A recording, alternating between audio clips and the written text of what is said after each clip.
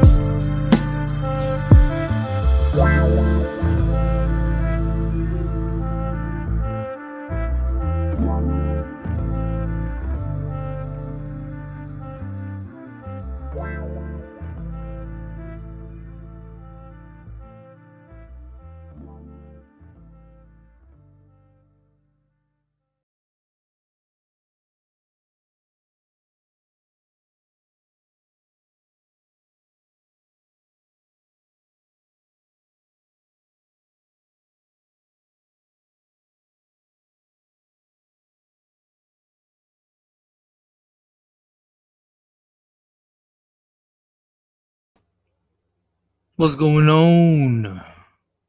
This is the one and only Sir Yeetus, and I'm here to chill with you guys. Don't really have a topic today because something else is happening today, which I deem is more important. But who I have here with me is the one and only Rishi. What's up?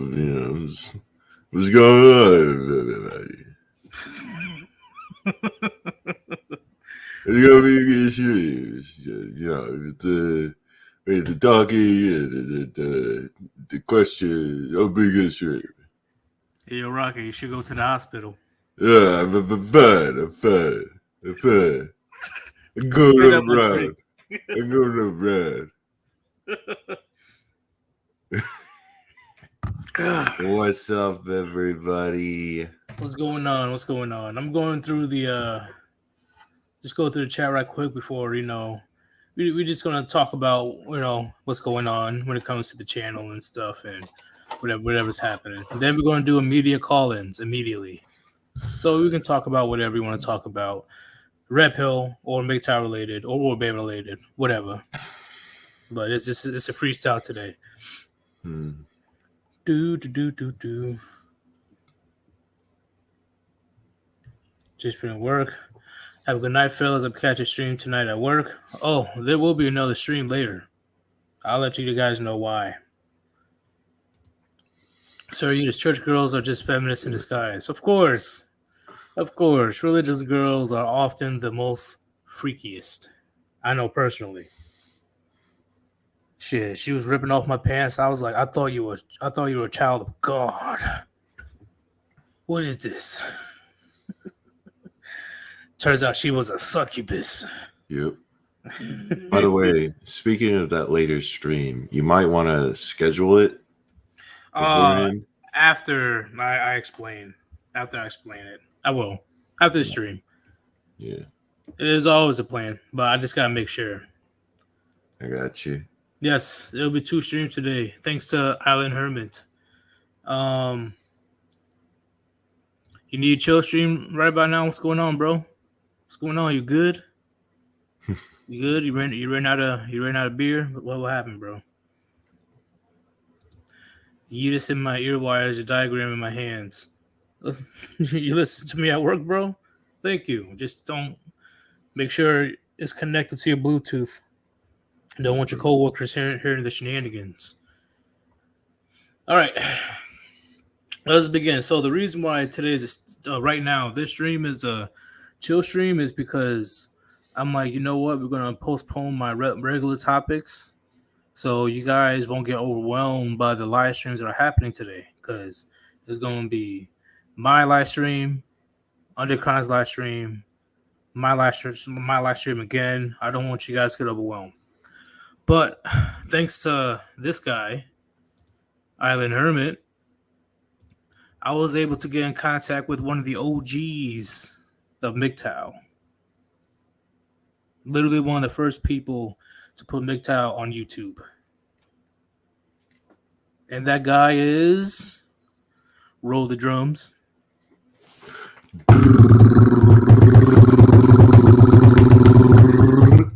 TFM. Oh, woo! TFM is going to be joining my live stream tonight when it comes to talking about the black pill. Because me and him, we had a conversation or email. We were like, hey, some people weren't too happy about my stance about the black pill, and people recommended me to watch your videos. And Island Hermit went beyond, above and beyond to get in contact with you. Are you able to come onto my live stream to explain to me and the chat about black pill and the perspective of it, and we can have a interesting conversation about it? And no, it won't be no insults. It won't be no, ooh, no, you suck. No, you suck. No, it's gonna be just a chill, lax conversation about the black pill ideology. And he should know about this more than most people know about black pill, because he was around before black pill ideology was even formed. So this is going to be a very good live stream. This is the first special guest I've had on my live stream. So I am very hyped about that. Not just any special guest, but one of the OGs of the MGTOW philosophy on YouTube. I am beyond hyped about that. All right. And it's not about getting at each other's throats like, oh, you're wrong. No, you're wrong. No, you're wrong. We want to get to an understanding of what black pill philosophy actually is. And is it really good for a man to have that type of mentality or not? That's going to be a very good conversation because I'm sure you guys know that it's going to be a very touchy subject. So, hope you guys are able to join later on tonight.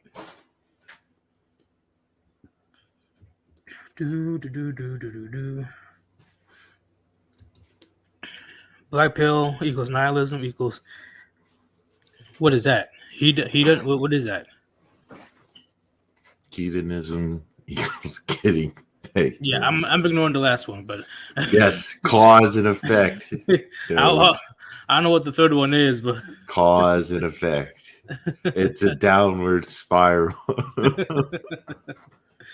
Oh man. Did I see Hammerhands? Yeah, everybody's talking about that guy right now. Everybody is. Wow. That situation. Wait, what is it? You should post. You should post it to like a Odyssey, bro. Then that way I can watch it. Who said that? Seen it yet. What? Well, you talking about the situation with that guy eliminating his ex-wife and stuff? I think so. Like, did he post it on his channel? Is that why he got banned? No, that was a cause and effect 5. Wait, actually, I think it might be. Maybe that's why he got banned. Because he probably put that in his video, which is bullshit because I see countless people in Manosphere talking about that video.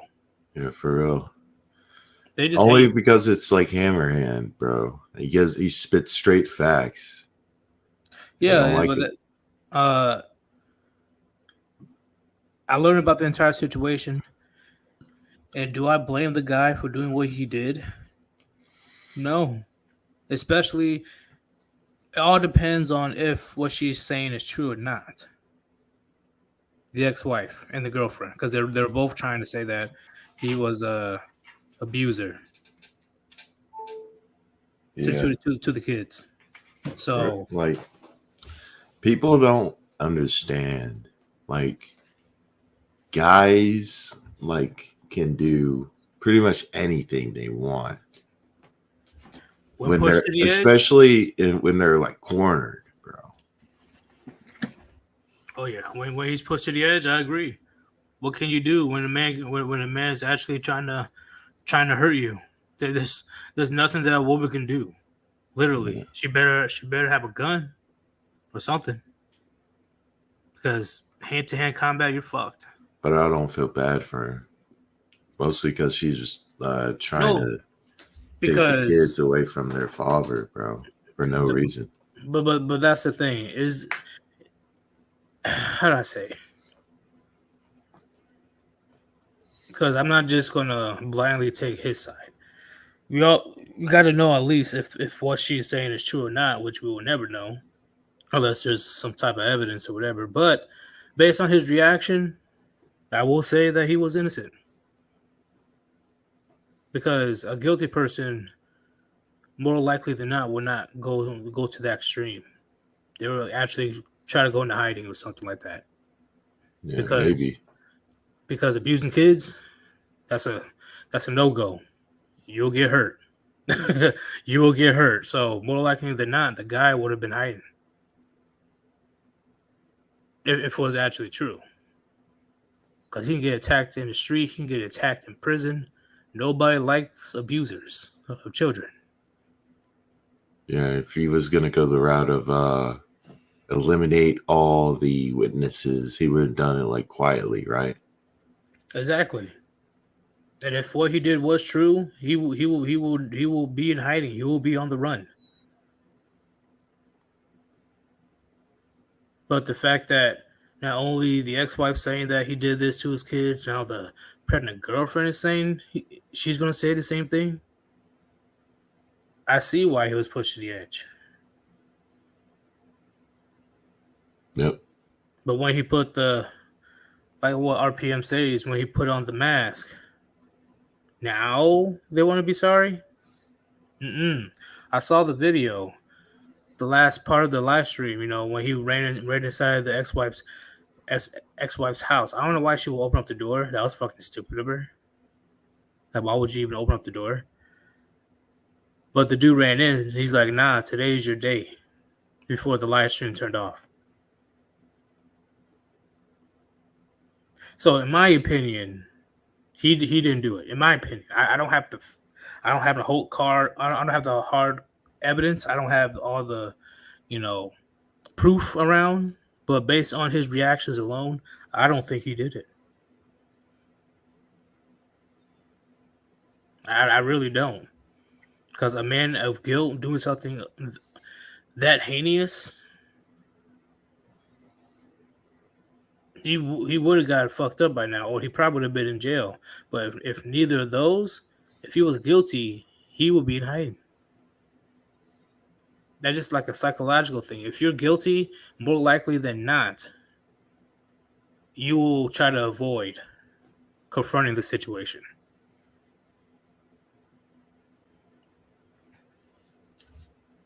Let me see and we can definitely talk about this on a live stream, like in a couple of days, because we already have a previous live stream that we planned. Yep. So, what day is it? So we could talk about it on Thursday, about that guy. Boom, boom. Let's look at the... have you ever listened to like Tom Likas clips? Before he went full, Yeah, before he went like full retard. Yeah, I've seen a few of them. Yeah. Yeah. He was very base. I don't know what happened to him, bro. I guess he just has Trump derangement syndrome or something like that. I think so. But he was like, I watched him I watched like his videos a lot, bro. And he was just like talking shit about women. His radio show that was like one of the most popular things in the country at the time. Oh yeah, he didn't hold back. If he was on YouTube using that same tactic today, he would have got sent to the shadow realm. Yep. Radio's like a different beast, bro. Maybe we can get a radio show. Bro, if we got a radio show, man, even underground, I'd be like, what the fuck? How'd you guys get that?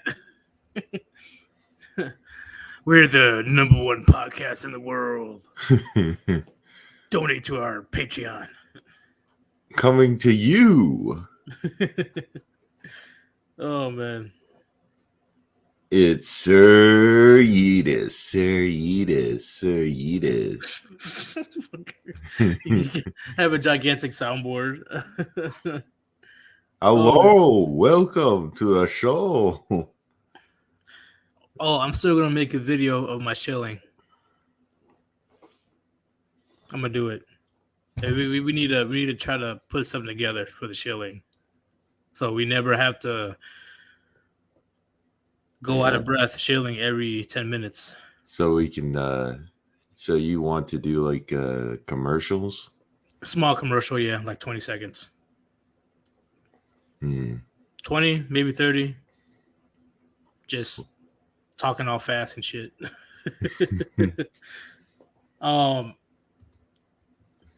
yeah, guys, there's nothing really important to talk about today because I'm saving it for later on. TFM, guys. If you don't know who TFM is, look him up. He's one of the big dogs when it comes to the Red Pill / MGTOW community. But mainly MGTOW. He's up there with Hammerhand. Fosh derangement. Can you spam the call-ins one more time? Fosh derangement syndrome. Bro. Let me see here.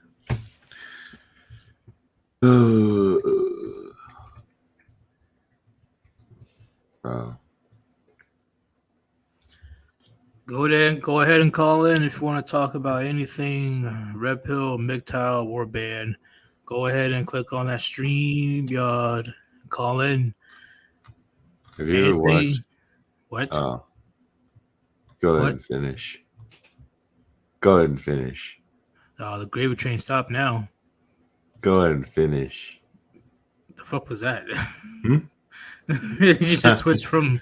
I thought it was tripping balls. But But nah, that's all right, okay, we're like out of sync right now. What is going on? All right, you go first.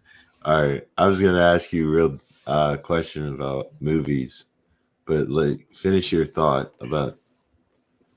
No, I'm just saying. Go ahead, click on the stream, everybody. Click on the stream. Click on the stream. Click. Click, click, click, click, clack, StreamYard. clack, clack. Go ahead and call in. Call in if you want to talk about anything Red Pill, MGTOW. Red Pill, MGTOW, Warband. I don't care. Come on.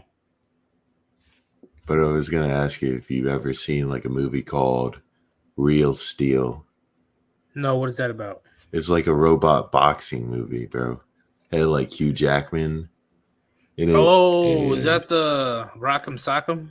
Yeah, I game? think so. Where the guy's neck gets very long? Nah, it wasn't like based on the game. It's like literal robots, doing boxing. Yeah, I've seen it. I've seen it. Yeah. Oh, that's a good movie, bro. I'm not gonna lie. Shit, how long ago was that? That was like. I was like back in the 2000s, bro. It's when they like made like good movies because I had never seen, Yeah, well, I bro. guess I've seen movies like that, but not with like robots, bro. I was a sophomore in high school, bro. Sheesh. You were like, oh, Jesus Christ. I was like watching it as a little kid. It was like left, right, a huge uppercut. Zeus is down. Crowd goes wild. Ah. What's that favorite movie that I used to watch when I was. Bro, it's like I don't even know. That's when they like made good movies, so like movies like that, movies like Speed Racer. What else I did watched they make? Ninja Assassin. Ninja Let me see. Assassin. Yeah, What's that's what that? it's called. Let me see. Ninja Assassin. Oh, yeah. I watched Ninja Assassin. I was a freshman in high school. It's a very good movie, in my opinion. I have to watch it sometime. Should be a full movie on YouTube. Somebody probably pirated it. But all the movies that never failed me was from Donnie Yen, especially Ip Man. You never watched Ip Man? What the fuck? Hitman? You've never watched it? I don't think so. Oh, Chad, boo this mushroom. Oh my god. Who doesn't know who Ip Man is? It's Ip Man. Come on. The Grandmaster of Bruce Lee. Bruce Lee's teacher. Bruce Lee's teacher. Yes. He taught Bruce Lee what he knew. Mainly Wing Chun. When was it made? Well, the first one had to be made in like 2008, but then the saga continued all the way up to Ip Man 4. And there was like a spin-off of Ip Man. Let me look. I got you. Because there was like a movie in like 2007. Is it like the video game Hitman? No, not Hitman. Ip Man. Ip Man? IP. Yes. Okay. So the first one was 2008. The second one was 2010. The third one was 2015. The fourth one was 2019. The spin-off was 2013. Another spin-off was 2019. Come on, man. How do you not know Ip Man? Man. No, I don't know. No. Has any of you guys seen Ip Man? I've never heard of this before. Man. Ip Man. Yeah, I did. I did search it up. Ip Man. No, somebody said it. It's Man. IP man. Ip. I heard somebody say that before. I want to smack the shit out of him. I'm not gonna lie. Hmm. Oh, that's IP man, motherfucker. Box me right now, ho. All right. Logan is all. Yeah. Logan was pretty good. I don't know. Logan, I thought it was good. Yeah. I wish it was I liked it. a better plot. Yeah. I wish there was the symbiote dinosaur like in the comic. Bro, the comic it was based on was crazy, bro. Like it started out with like Hulk being his landlord, and he was like this cannibal, and he had like inbred children. Dude, the comic got like dark. Yeah, that escalated very quickly. There was like a symbiote. There was like Venom. Yeah, There was like a symbiote T-Rex in the comic, bro. that sounds pretty metal. Yeah, bro, it got crazy, but But they didn't take too much from it. I'm gonna add in Lord Pepsi right quick. All right, let's see. Lord Pepsi, what's going on? What up, Warband? Do you have anything to talk about Red Pill, MGTOW, Warband related? Yeah, I think a good question would be, what would you like for me to speak on in particular? Wait, what? What would you like for me to speak on in particular? Because there's a bunch of points that I can hit on. Oh, we can talk about anything, bro. We're literally bullshitting about movies right now. Yeah, we're Okay. bullshitting, but if you have anything Red Pill, MGTOW, whatever related, you can talk about that. Yeah, as about well. that movie, the IP, man. He's like, oh, fuck that. That's all right. He ain't the guy that like he came up with designs on these characters that were sold to corporations. Wait, no, I'm talking about intellectual property. Never mind. You gotta speak. Can you speak louder? Because you sound pretty far away. Oh, really? Okay. Yeah. I got my Bluetooth thing on. I'm at work. Oh, all right, that makes sense. Yeah. But we used to joke the intellectual property man, the IP man, just ripping on martial arts and whatnot. But anyways. But how is IP man? It man, how's it ripping it off when? Oh, what? It was an inside joke me and my friends had because there's inside like joke. So many martial arts movies, and we're like, they're all over the place, and it was hard for us to keep track of. So we're like, intellectual property, martial arts movies, who owns what, and we were just ripping on it. Well, how do you feel about the actor in general, Donnie Yen? No opinions really, because I don't know him much about him. So I mean, it was cool. Hey, but speaking on TFM about the Black Pill and Black Pill before Black Pill was, my background is in metal. I listen to a lot of metal music, and in the metal scene, especially black metal is a genre of like kind of that evil satanic type of, well, not really, but just for like layman's terms, if I could explain it, it's just like that dark metal stuff that, one of my favorite bands is Dark Funeral, for example. Maybe a caller might know about it, or you could just look it up. But anyways, it's really dark stuff, and it talks about the misanthropic topics, and generally has that negative viewpoint, or not negative, but like the harsh reality of things.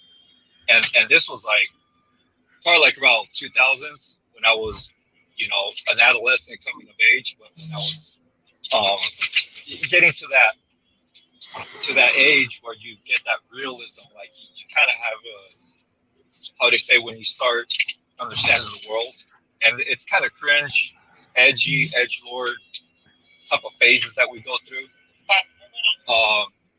But yeah, I've been in that, and it wasn't the Black Pill back then, but it was just like having certain viewpoints where you realize how things really are, and you accept it, whether it be harsh or that's just how it is. That's human nature. The selection process of the strongest survive, and if you weren't fit and whatnot. But anyways, I'm rambling a bit, but that's my background on that I could elaborate more on. But do you believe that type of mindset has long-term benefits? I believe you asked me this question once, I think I did, yeah. But and obviously I'm hesitating. I'm pausing, like, okay, it's good and bad. Like it's not it's not binary in the sense of like it's what you make of it and what you take of it. Because even the worst, it's what you make of it. This is why I'm going to be bringing on TFM. If you don't know who he is, once again, huh? So what? If I think, let me ask you a fair question, because I don't want to corner you or put you in a pickle. Is it possible for you to kind of briefly explain your viewpoint of Black Pill? I see Black Pill as a thing where once you see the harsh reality of things, majority of men that has this type of mindset, they go into nihilism. I went into nihilism for a couple weeks when I was in the Red Pill rage, saying like, "What's the point? What's this? Like, why am I even doing all this? If this is how it truly is, yeah, I'm pretty much in a losing game." But Red Pill taught me how to get around that type of reality in the sense of like adapting to our current situation with a gynocentric society. Gynocentric or not, Red Pill has good long-term teachings, but I feel majority of men that goes down the Black Pill route, they don't want to improve anymore. Not even for women, just for themselves. Yeah. So if I may interject, I don't know if you're finished, but would it be fair to say that your contention or your beef, not saying that you're beefy with it, but when people give up, when young men that can't have a chance, it's like when they give up, it's like, damn, you don't want to see a brother give up. Would that be like your contention against it? You can give up. Doesn't mean I don't. Everybody gives up, brother. No matter what Red Pill you're in, everybody has their down days. I just don't accept the staying down. Yeah, I got you. So that's why I'm gonna bring on TFM, because that's gonna be a great conversation to talk about. Because once again, he's been around longer than all of us on the MGTOW scene. So I suppose our conversation is a primer to that, because I'm a YouTube junkie. I listen to all kinds of stuff, and it's, I mean, I don't listen to all of them obviously, but because you kind of filter out the ones that give you some kind of value. Not to say that there are others that are undiscovered yet that would provide that value, but it really is a tough gray area where you get caught up in that nihilism where the government this, the government that, and you look at yourself like you're trying, you're doing your best, yet it just seems like you're against all odds, and that is the Black Pill experience. And I mean, I know I'm hitting obvious points, nothing new that I'm saying. It's that genuine experience that I think people have to go through as far as understanding harsh realities, and it's necessary for us to grow. right, and that's where my viewpoint comes in, because I see it as you can't complain about your situation if you're not doing anything about it. The only people that has excuses, not excuses, the only people that have reasons to be in that state is they're unable to do something about it. Yeah. If you get what I'm saying. Yeah. You know, So, there was a previous conversation where like I had a black pill where I came to understand that like it was, well, I guess to speak frank, I'm not a bad looking dude. I could pull women. I could, but the gang part, like being the nice guy, that's what I struggled with, and that was kind of blackpilling of like, damn, like even Chad could be, have his struggles too.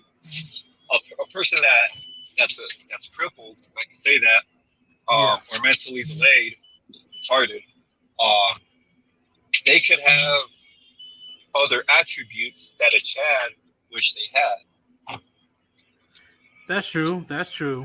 But I murdered my blue pill version of myself years ago because it's Yeah, not bad to give respect, but I'm only giving respect when it's earned. yeah. Now I don't know what TFM's position Which is going is to be on interesting. this. This, Like, yeah, like he doesn't know me, I don't know him, in a sense of what he personally thinks about it. So this is going to be a very yeah, like even playing field when it comes to talking about this. It's going to be exciting. real quick, not to take up too much call time. The other day I was pondering about like I think it was on your cast or Tronics, but it was one of them. Talk about the red pill getting out there, and it's spreading out there inadvertently in disguise, but nonetheless it's out there somehow, and it is, and it will get out there to all the other listeners. Don't feel so alone on this. Of like, yeah, it might be a small percentage numbers wise, us being here and whatnot, but the truth is known, and so we represent a small percentage of it, but in reality, it exists much more spread out. And I could see this getting to the point where, like, if I wear a shirt that says "Don't simp," and another man says, "You know what? Yeah, that's cool. Don't be a simp. Don't be a chump. You know, and be a strong male leader that don't feel bad about it." And in that, just to finish my ending point, remember how gangs used to recruit men, saying, "Yeah, you want to chill with us, with the cool kids, and not have like be part of a gang." In this sense, it's like we got a warband of men out there that want to be part of something, and that's why I can see the future of us developing, where it kind of becomes like a gang membership, but I want to be careful with my words too, because I don't want our opponents saying that it's a real thing of toxic masculinity, and or how would I say, putting a target on our head, saying that we're actually forming gangs when that's not the case. It's all good, man. But do you have anything for the chat before we head out? For the chat, Yep, I would for the say, warband. or for the or for the listeners, for everyone, for the warband, keep it up. I know I say that a lot. These little victories, step by step, you get there, whatever level you're on. And I'm sorry, I'm at work. I got the radio going on. Just keep on it. Keep on it. All right. Good chat. Thank you. All right, man. Peace out. All right. Peace out.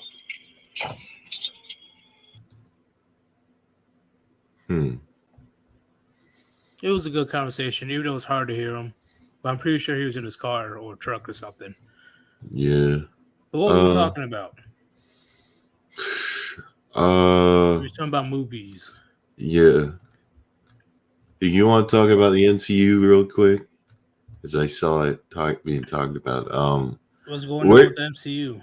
Well, I want to go back in like time when they like Iron Man, Captain America, Hulk, and Thor were the 4 movies.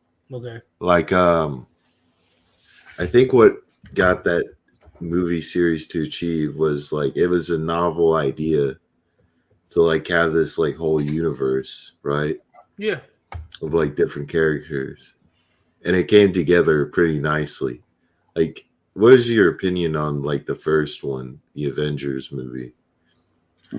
Damn, it's been a minute since I watched it. Actually, who was the villain? Loki. And he had like an army of like aliens. Personally, I believe Loki carried the movie. Yeah, I feel that too. Well, here's the thing: like when you do a movie with like pre-established characters, it's like really easy to do actually, because you don't have to introduce them. Everyone knows who they are, and you can just kind of like go through the movie, have stuff actually happen. Well, good thing the MCU situation ended before it went full woke, because it was already getting to that point in Endgame. Yep. Dude, I think it started to decline like in Age of Ultron, bro. That's just my opinion. Civil War was good. Oh yeah, so like you still had good movies, but there's very visible like decline with the movie. Okay. What about the Whereas first? What about the first Thor? the first Thor it was okay, bro. It wasn't very good. Like the only good one was like honestly Iron Man, and I venture to say the first Captain America was I don't know, man. Because Winter Soldier. It wasn't. Yeah, Winter Soldier. Like anything after the Captain America movies were probably the best movies in the MCU. Because Chris Evans fucking killed it. Yeah, I mean, this Chris Evans. They had good. They did like good plots too, bro. They did like this spy thriller. Once for Winter Soldier, they did it like with Bucky Barnes being the villain, his friend. That definitely upped the stakes. But all the Thor movies, they kind of all sucked, honestly, bro. Yeah, I give you that one. Especially the which one was the the latest one where Thor was fighting his sister or something like that. I don't know. Thor Ragnarok Was it? is the third one. I don't know. That one is like it leaned into like comedy. Yeah, that one pissed me off More than anything. Like it pretty much just made a mockery of Thor, which was not really a good thing because these films are for kids. So what do you expect? Some fucking action. Yeah. Some fucking actual serious moments. Why was that entire movie was just straight comedy? It was fucking corny. I disagree. These movies, they're not made for just like kids. They're made for like pretty much all audiences. They cast the widest net possible. Mainly for Marvel fans, because I know they won't hesitate to buy it. They're like, which movie? New Marvel movie. Which movie do you deem better though, Infinity War or Endgame? Infinity War for sure. I think had the stronger, plot. Holy shit! And the good guy won. Whoa! Yeah, Sonic 2, bro. Sonic 2. Oh, what's going on, MGTOWN? I can't wait for Sonic 2, bro. It's like my hope for the movie, Drex. I don't know if it's Drex or Tim that's commenting, but my hope for the movie is at the end of the movie, Jim Carrey will hop in a Death Egg robot and it'll have like a mustache. It'll be colored to look like him. Well, I'm only watching it because Knuckles is in it. So yeah, Knuckles. We're gonna have like the Master Emerald, Tails. Like we have like Bumblebots. I think that's what they're called. It's Tim. Okay. It's It's always just Tim. look how he said, "Oh, it's just Tim." That's okay though. It's okay though. We like to have Tim here in the podcast. But You're more interested in Sonic 2 or Across the Spider-Verse? To be honest, Sonic 2. hey Tim, if you want to jump in really quick, I'll drop the StreamYards chat. Yeah, if you want to join, man, come on in if you have time. It's just Uh, chill. When was the last time you were legit excited for a movie to come out? Shit, I don't know, Man, bro. I'm not really excited for anything, bro. Uh, I would say it's the new Spider-Man, but I'd probably be lying to you. I'm I not. will say,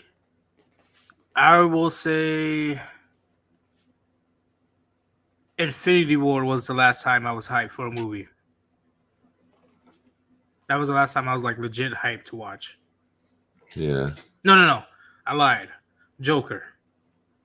Oh yeah, Okay.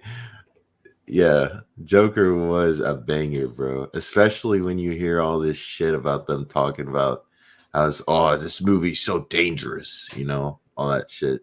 Didn't like China ban the movie from showing over there? I don't know, bro. Because they're in fear of the Taiwan situation. Like they'll be inspired to just go ape shit. Maybe I I'm don't pretty know if sure. they I'm did or pretty sure not. China did. I didn't hear anything about that. Because All with the Taiwan situation, they're like, nah, we ain't gonna let them have that spark and have a whole fucking chaotic Taiwan going on. So I'm pretty sure if they didn't ban it in China, they banned it in Taiwan.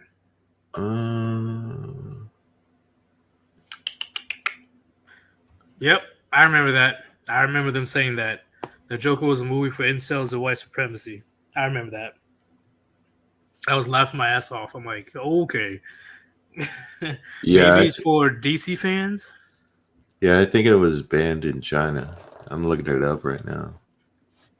See, It I looks knew. like it was. Yeah, because I think I was in Korea when the movie came out. Yeah. I know we're gonna get a female 4 Island Hermit, bro. That's gonna be dumb shit. Where is it? Well, the female Thor is canon. Like, Yeah, but like it's SJW canon, bro. yeah, that's true. Yeah, So it's not really canon. completely forgot about that. They're gonna go full woke. She's gonna be a lesbian. Yeah, bro, they're calling it Love and Thunder, the movie. Thor, Love and Thunder. Fuck, that is so stupid. Yeah. Come on. Listen, guys, the MCU, for all intents and purposes, is dead. Spider-Man's still chugging along because it's honestly because Sony owns it. And no matter how bad Sony is, they're not as bad as like Marvel and Disney is right now. Tom Holland is pretty much carrying the MCU. Yeah. Even though I don't really like Tom Holland that much. Well, his movies aren't that great, bro. Well, no, but him playing as Spider-Man, because Spider-Man is supposed to be a young teenager per se. Not my Spider-Man, bro. Toby all the way. What do you mean now? Toby all the way. What you know about Tobey Maguire? Okay, I was watching that when you were in diapers. Bro, I was watching that, bro, in diapers, bro. I still like that. Oh. Yeah. I grew up with them. Toby raised me. Well, I'll admit when Dr. Octopus was revealed in that trailer, I went ape shit. Yeah, I was like, oh my god, I was going cool. nuts. I was like, fuck, cause I know they chopped up the trailer. I know they did. Yeah, they definitely did. How does he know that Tom Holland is Spider-Man? Well, like So if you watch like the recent trailers, bro, it tells you a lot more. Especially like, there's like a trailer where the lizard's in it and he gets like punched by nothing. So they definitely like edit the trailers, guys, to keep you guessing. Yeah, Dr. Octopus he's definitely talking to Tobey Maguire. Definitely. Because there's no fucking way he knew Tom Holland was Spider-Man. At me. How did you feel about Deadpool and Deadpool 2? I fucking love Deadpool. Yeah, Deadpool is a pretty cool franchise. I won't rag on it too much. Only because of Ryan, what's his name? Reynolds? Ryan Reynolds, yeah. Well, Only because of him. Well, yeah, but the writing is like top notch in the Deadpool movies, especially the first one, because it's like, holy shit. What's up? We're gonna finish our points real quick, and we're gonna invite Tim. All right. So Ryan Reynolds, he barely had to act. He was beyond natural because he's literally playing himself. Literally, yeah, it was much. great. Yeah. So what are you gonna say, Rishi?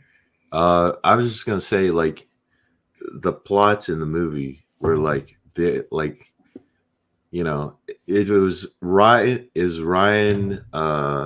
Reynolds' charm and the writing structure of the movie, because like the whole movie is like set is like flashback to present, flashback to present, flashback to present. Is the climax right at the downed helicarrier.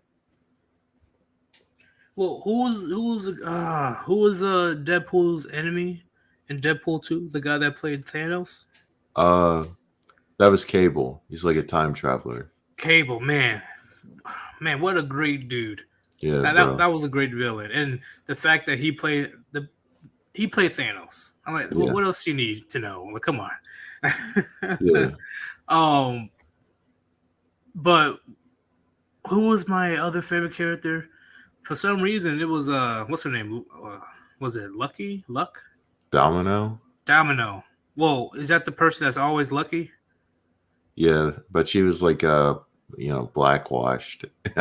Well, true, but I thought that was pretty hilarious how she's like always lucky.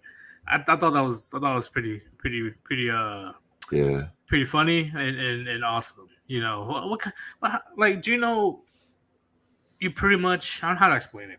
You're pretty much invulnerable for the most part. Pretty much.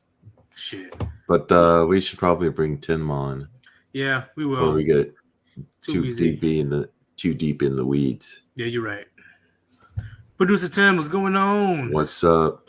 Hello, everyone. Yeah, I can't believe you're in my live stream, bro. This is hype. It's crazy. I can't believe, you play second fiddle to Drexel on in MGTOW, right? So I can't believe someone's actually excited to see me. Bro, you're freaking hilarious, man. Yeah, for real. I was kind of, because I know you're the producer, so you're pretty much busy with like making sure like the live stream is going smooth and stuff. But you always got some interesting questions, man. Especially when I joined your stream that one day. Yeah, we really appreciate you coming in doing the 1 year celebration with Drexel. Yeah, we're gonna get you back. What are you doing this Saturday? This Saturday, I shouldn't be doing anything. I should be free. Good. You're in. Fuck yeah. You'll be doing episode 55 with us. All right, and also, wait, will it be another Chillstream, or will it be like a topic? Or, I mean, most of our, I know it looks like we're organized from the outside, but we're really not. Yeah. So, I mean, it will be all content related to the Crimson Capsule. Right.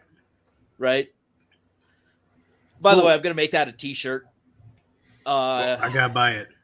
Hang on. If I can, let's see how I can do this. I don't want to dox anything on my desktop, but I'll actually show you the thumbnails that I got. Producer Tim, quick request: can you put the MGTOW podcast link in the chat?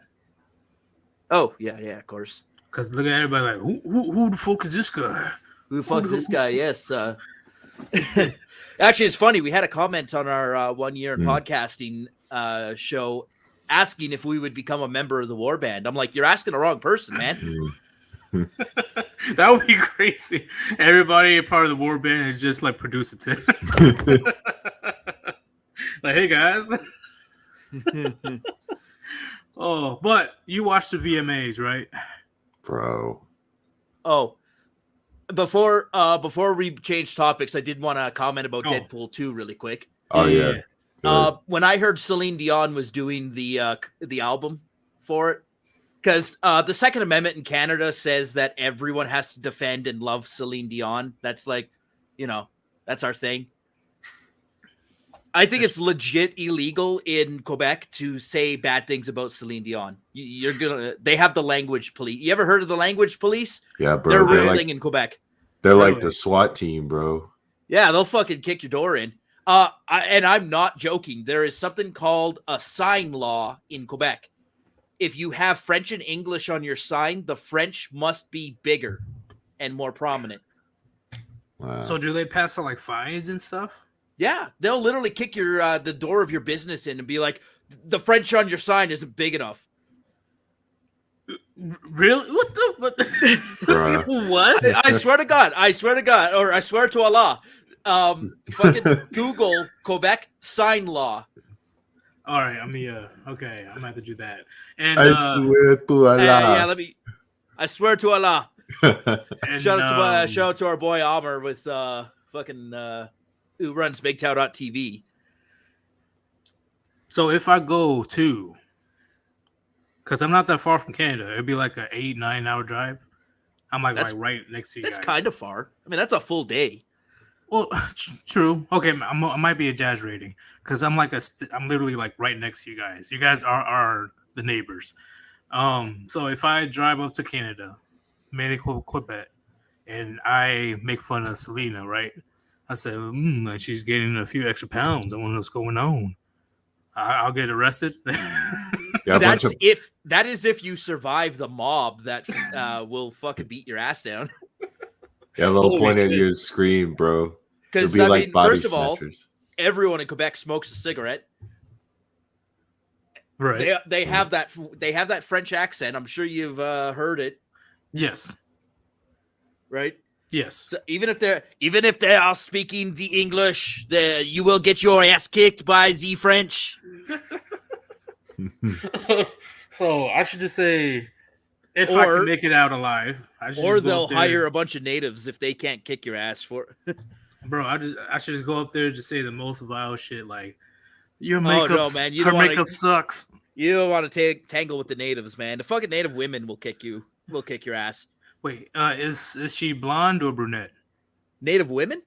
No. The Selena. Celine? Oh, yeah, Celine. Yeah, she's like a darker. Well, she does dye her hair too. I think it's white mostly. She's like Betty White now. But yeah, she's a blonde. So I should just yell out, "Move around, Grandma." Oh. Oh yeah, I'll end up like my avatar. I think most people in Quebec actually refer to her as Grandma, like affectionately. Oh shit! Because I mean, when's the last time anyone's ever insulted your grandma? Right? Everyone loves your grandma. That's true. You're right. You're right. I'm pretty much just. That's pretty much normal. I'm at to go. What should I say? You should have dyed your hair brunette. It looks better on you. I don't want to go too mean, all right? I don't want to be mean. Yeah. So Tim, I'm looking for the thumbnail that will. Here we go. Okay. I think if I can share my screen. Share. I can do a slideshow. Would you want to ask Rishi? But did you see the Game Awards, Tim? Oh God, no. Bruh. I do not watch that. I had to watch the whole thing with Manic because we did a stream about it, bro. It was cringe. There was some good stuff. Like I'm trying to think. Warhammer 2 Space Marines was announced, the new Space Marines game was announced. That looked pretty cool. I'm trying to think. We have like Sonic too, but there was a lot of shit. Like, What is that one game that's based off of like Borderlands or whatever? bro, it's like Tiny Tina's Wonderland, bro. Straight cringe. Straight cringe. It's like, Well, we did that for Nostalgia Week. We're asking everyone what they loved about the good old days, and the thing that came out the most was video games. Do you remember going to an arcade? Oh yeah. yep. Oh yeah. And eating like $20 worth of quarters, playing Street Fighter. Yep, and getting pissed off. Yeah. This game's cheating. Yeah, bro. Yeah. I didn't have that much experience with that, but I remember Do you booting remember up couch co-op games? That's what I miss the most. Yeah. That is definitely what I miss. Have the homies over and just fuck around and get mad at each other. Or you grown up, right? Because very few people had all three consoles, right? So one kid had the GameCube, one kid had an Xbox, one kid had a PS1 or a PS2, I guess. And you would, we need to, we're going to go play Metal Gear Solid. So we got to go to Tim's house because he's got the PS2. Yeah. Yep. Yeah, I definitely remember that. Especially Splinter Cell, where you have to do the co-op. Or Halo. Or Halo, Xbox. yeah. Yeah, or anything. If you wanted to play Mario Kart, you had to go over to the guy who had the Nintendo. Especially when it comes over on the weekends, if you pull all-nighters. Bro, Yeah. Marvelous. Especially like when the Wii came out, bro. I remember me and the homies were playing like the Wii Sports, bro. Man, I remember the Game Boy Advance SPs. I remember the Game Boy Colors where we had to link. Yeah, I remember playing Pokemon on Game Boy Color. Wait, you Pokemon said Gold you and never Silver. played? Sheesh. Or you have played? Oh yeah, I did. Okay. Well, you got to remember, I'm in my early 30s. Oh yeah, so yeah, you've been doing it longer than me. Okay, bro. but I do remember yellow, silver, crystal.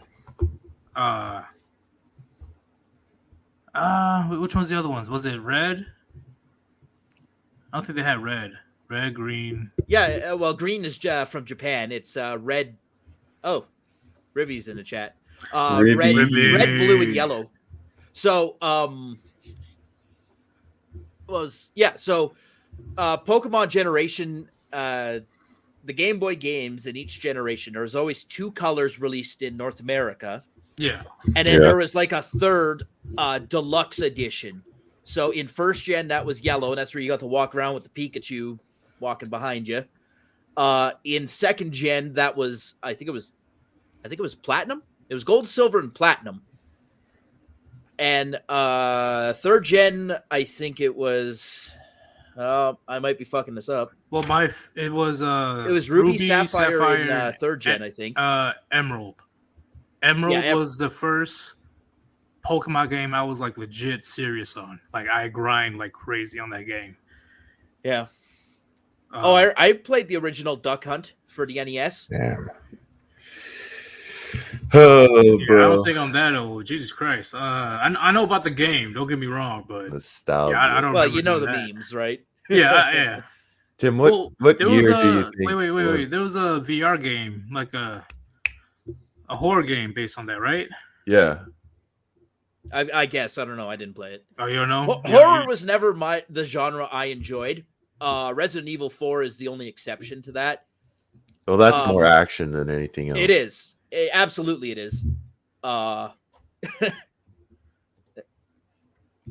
Definitely Ribby. That's how it was growing up, man. The bitches came later, okay? The Pokemon game. I remember a long time ago, you were trying to get Ribby on the show, and he was like swimming through a hurricane or something. We're like, he'll be fine. He's an amphibian. It's fine. It's fine. You can just swim to shore. How did I even get here? But man, yeah, I miss the old school games will never trump because it's literally. Have you noticed with the newer generations, especially Gen Z, whatever, like their social skills suck. It's not good. Like I'm like, Yeah, bro. It's But I mean, definitely been stumped. Yeah. have you You know. like you remember being awkward at your first party too, right? Yeah, first party. Come on. You've Sure, gone- but Okay, if you've gone to college, Ah, you had a bad pickup game. All right, that's a rule. Unless you're like this fucking 6'8" black guy with fucking washboard abs and a dong that you could bitch slap. You can fucking bitch slap a. Well, you we'll leave it at fucking that. sword fight at that Well, point. Yeah, that's you the can only- cock slap an anime girl That's the through only a thing. computer screen. The only thing that's not me is 6'8". I'm everything else. Yeah, but like, Well, but anyways, like we've all had bad pickup game at some point. In Canada, That's it's true. hockey players, right? Leonard Yeah. Kenny is a documentary. Most people don't know that. So if you had the hockey player body, then you were picking up. Otherwise, you had awkward game. You know, you were 19, 20, you go into college and you're like, "Hey girl, what do you come here often? What do you did it hurt when you fell from heaven?" Like Okay. we are all that bad at some point. That's So true. I don't think that's a Gen Z problem. I think the internet has made it a lot more permanent, right? Yeah, Well, but it's yeah. not. It's Like- not just talking to women. Well, but I'm here's talking the about. Well, thing. if I'm Twitter talking about talking to existed, people in general. Well, if here's the Twitter thing. existed when I was 16, like I've had bad intros before. You know, you sometimes you just come in, you're like, "Oh, this joke's gonna be really funny," in my head, and you say it, and you're like, "Oh, that was so bad." If Twitter was around when I was 16, someone would tweet that, and it would live forever. And I think that's the big difference between now and then. Okay. Yeah. Your mistakes live forever. Well, there's also the desensitized, like it's also like pretty much the censorious nature of the internet now. Like back in the day, you could say whatever you wanted to say on the internet, and it would be posted, bro.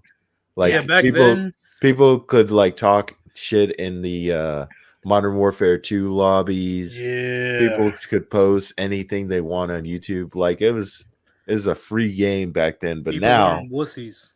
But now, like, it's all just like watered down bullshit. Yeah.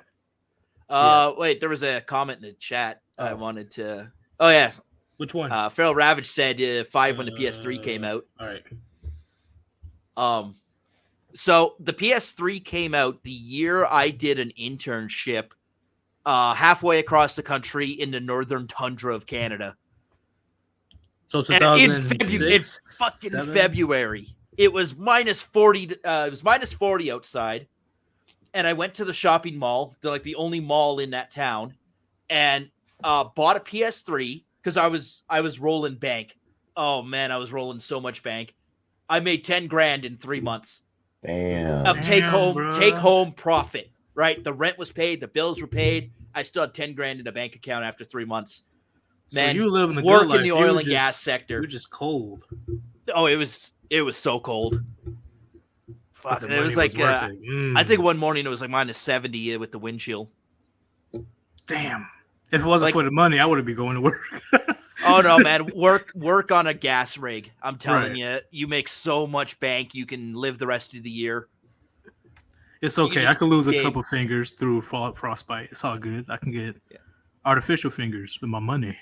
Man, hey, Pliskin, this was this was Damn. 07, 08 that I did this. 07, 08. That's my So that was 10 my, grand back then was more than 10 grand is now. That was my RuneScape days. 2007, 8. So, anyways, come home with COD 4 Modern Warfare and a PS3. Yeah. Oh man, the early COD days. You know, COD 4 was my first Call of Duty when I was what age was I? I was 11 years old. And I then- played Finest Hour, but I don't remember it very well. And definitely not online. No, COD 4 was my first online game, and I actually that was back in the day when I actually cared about video games. Yeah. So I was playing ranked matches. You remember the old Battle.net? Yep, I remember Yep. that. Yep. So I was rolling with the clan that we were playing ranked matches in. So what I did about all right MOG? for myself. What about MOG? Ended up with it was a 2.6 KD, which briefly went up in Modern Warfare 2. It was like almost, it was like 2.8, 2.8.5, maybe. But then as a lot more glitches and bugs started coming out in Modern Warfare 2, and I started playing a lot less, my KD plummeted. So you never joined MOG? No. No? No. Okay. Oh, chat. I'm gonna let you know my experience, okay? First online game ever in my life. Bam. You know, I'm 11 years old. I got a high pitched voice. You know, when I'm talking to people online, I'm like, hey, what's going on, guys? First guy is like, shut the fuck up, Squeaker, kill yourself. I was like, and all the unkind things they did to your mom. Yeah, it was an eye opener for the young lad. I was like, holy shit. Why are people being so mean? Oh my god, that wasn't even the worst of it. That's when they started bringing in the F slurs and the N word. Like, oh yeah, Ribby's right. It was the Wild West. Just give it 4 years later, when I did the Modern Warfare 2, I was just as bad, and not like even worse. Especially when you with the homies. Do you remember your first nuke? Yes. Bro. Oh yeah. Everyone remembers their first nuke. I got mine. I don't even remember the name of the map, but it's that wide open grassy field one with all the radiation around it. Same here. That's where I got my nuke. Yeah. And you know, you could always camp that like middle bunker, the entrance, right? You go prone with an MG and just like right through and just like mow down people. Yeah, and then once you got that 7 kill streak for the Harrier, right? And then the Harrier would get you the chopper gunner. You always use the chopper gunner, not the AC-130. Yeah, always chopper gunner. Oh, I got that nuke. Oh man. Oh, it was so. Woo! I felt like a god that day. Oh yeah, Ribby was the John Elway miracle spammer with grenades. Ribby is the type of dude to put on constant claymores every time he spawns. And you step on one, you're like, why was a claymore there? Right in the middle of the map. Oh man. I think Modern Warfare 2 is at my peak rage. I think that's when I was like, I went downhill when I went downhill for Modern Warfare 3. Black Ops 1 was my resurgence, and then I went downhill again and haven't. Like, I have Vanguard. I don't play it very much. Yeah. This Vanguard is the first Call of Duty ever since Call of Duty 4 I did not buy. Like, I was like, I can't buy this game. Yeah, I think I'll get Modern Warfare 2, the 2022. So the fucking naming is so they did the Modern Warfare reboot in 2019, right? Yeah. And then this year, technically, what? Goddamn COVID has messed up my calendar so badly. It's called Modern Warfare 2019, but I think it released in 2020. You talking about the new Modern Warfare? Yeah. It released in 2019. Oh, yeah, okay, it was 2019. And then, Cold War. That's the one I'm missing. Oh, was Cold War. Cold War was 2020 last year, and now it's Vanguard. Modern Warfare was an amazing game, in my opinion. The realism, graphically, the thing looks beautiful. You put that thing on a 4K TV, that game looks so beautiful. Yeah, what about the realism? Like, I don't know if you play campaign or not. I always play campaign. Campaign. Okay, I always do it first. How'd you like the campaign? Because I love it. The story was terrible. It was, but it was also too short. But that's like all Call of Duties have a too short of a campaign. True, but the scenes that happen, especially when it comes to the cutscenes. What's his name? Captain Price the intro of Captain Price is pretty epic. Yeah, he had to throw over that guy because they couldn't get the bomb off him. I'm like, bro, that's literally what war pretty much is. Not everybody is going to win, you know. And they, even though they did a terrible job executing the theme, but I recognize the theme of, all right, let's be a little bit more serious about war. So I thought it was great. I'm excited to see where they go with it because they kind of set up a bunch of plot lines. They of course set up the Zakhaev plot line and the Al Assad plot line, and I'm excited to see where they're going to go with it. Hmm. They better not mess up Ghost. I swear to God, I'm gonna go to Treyarch or. I think Ghost is dead, man. The end credits of Modern Warfare, they're bringing them back for the next game because they're pretty much starting over the entire story. But well, we'll have did you to see see. The ending where he's like, Captain Price is like, I'm forming a team, and it will be Task Force 141. Yeah, which is Modern Warfare 2. For me, the best part of Modern Warfare 2 was fighting the Russians in small town USA. That was amazing. It's like, oh wait, I got skin in this game now. The intro to when they invaded Washington D.C., I was like, holy shit! I'm like, see paratroopers coming down. Whoa. It's like, whoa. We're fighting in Virginia, like we're fighting in DC. What the fuck? It was pretty. How do I say it? At my age, when I was playing, when I was 14, I think it was 15, it was pretty daunting to me. I was like, oh my god, like this may be a possibility, a small possibility. But I'm like, holy shit, Russia could do this if they wanted to. And that scene where Price launches a nuke into America. You talking about the EMP? Yeah. Well, that's what an EMP is. It's a nuke going off in the atmosphere. Really? Yeah. That's so. Oh shit! I didn't know that. Yeah. And when you set off a nuke in the upper reaches of the atmosphere, it crunches. I'm not a physicist, all right. I have a very basic understanding of how this works, but I'm gonna compare it to kind of how the Northern Lights work, like how the Northern Lights are caused by energy conducted through the atoms of the atmosphere. So oxygen glows green, nitrogen glows a different color, like might be like a pinkish color. Anyways, it works on that principle, right? When you detonate a nuke in the atmosphere, it causes the air to ionize and it releases an electronic pulse. This pulse is to the scale of millions and millions of volts, which will just overload and destroy any electronic device caught in the area. That's what confused me. It's similar to if your telephone gets hit by lightning. Yeah, that's what confused me because I'm like, I thought it was an electromagnetic pulse. Like I didn't know that was related to an actual nuke. Yeah, the nuke causes the pulse. Right. By the shockwave squishing the air to such an extreme amount. I learned something new today, that an actual nuclear warhead is used to... Yeah, so that's why he launched the nuke from the sub. He detonated it in the atmosphere, which caused the EMP, and... Okay, so an EMP device is not a nuke, but a nuke can cause an EMP. Yeah, it can act as an EMP device. A widespread there is actual legit EMP. It's just not as wide scale, right? Yeah. Like, you would use it to disable a couple of vehicles. Yeah. See, that is interesting because I was wondering why.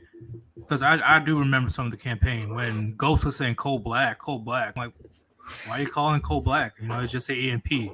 I did not know it was an actual nuke. Yeah, he fucking launched a nuke into America. Yeah, that's damn. Captain Price, you crazy. And if anyone knows red versus blue lore, you mean EMP? You mean EMP? I haven't watched that in years. Oh my god. Yeah, I know. I'd say it's garbage now. And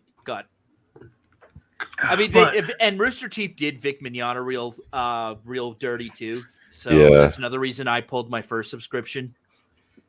And in my opinion, Modern Warfare 2 is also the first game that actually taught me true betrayal.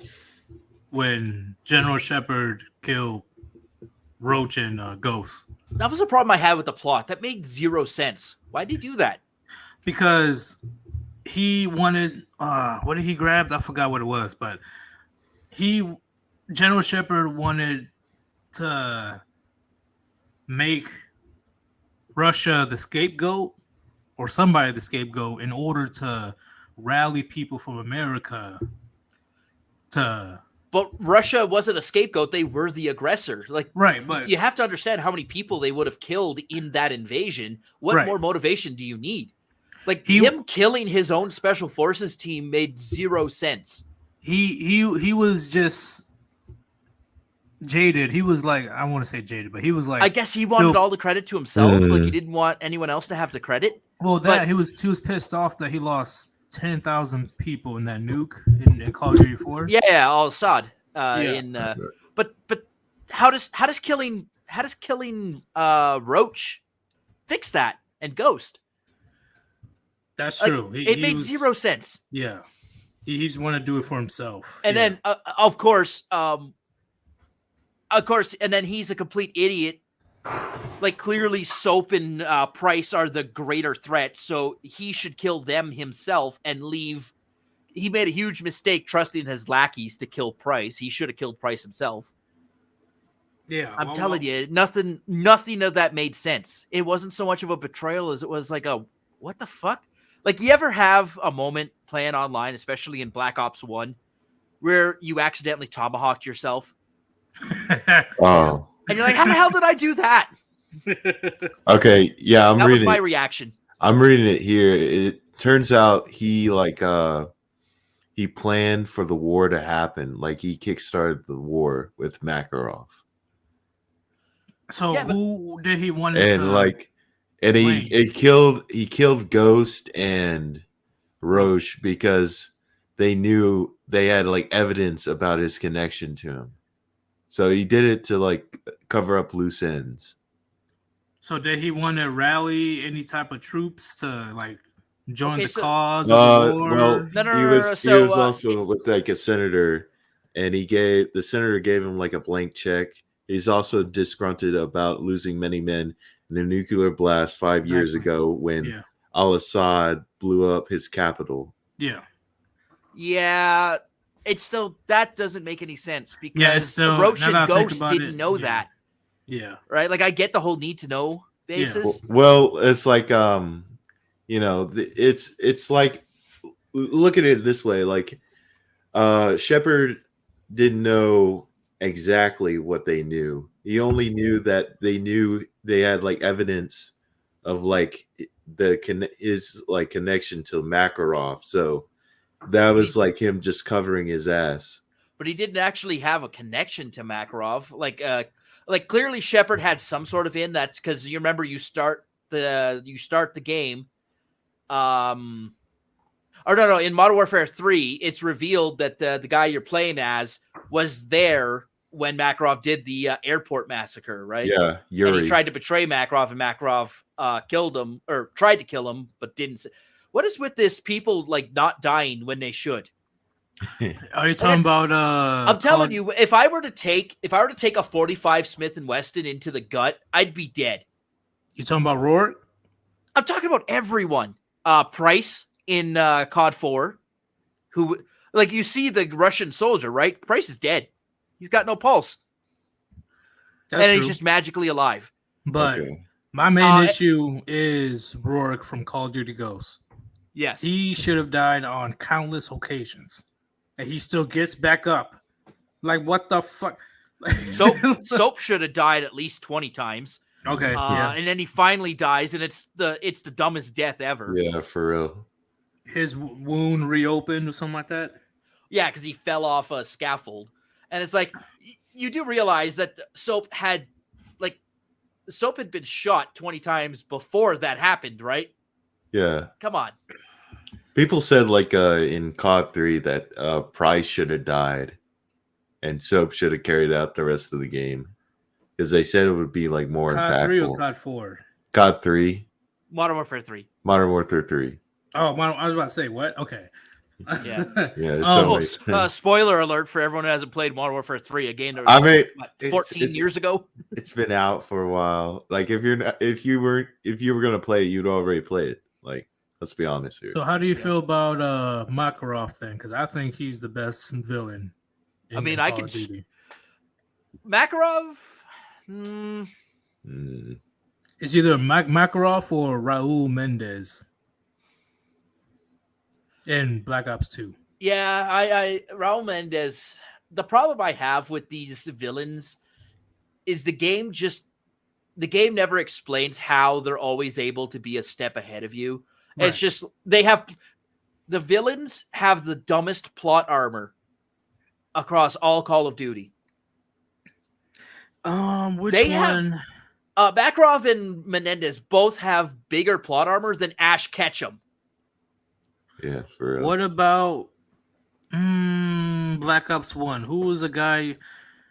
I forgot his name. It's the last guy you kill in Black Ops 1, in the Black Ops 1 campaign where you drawn him.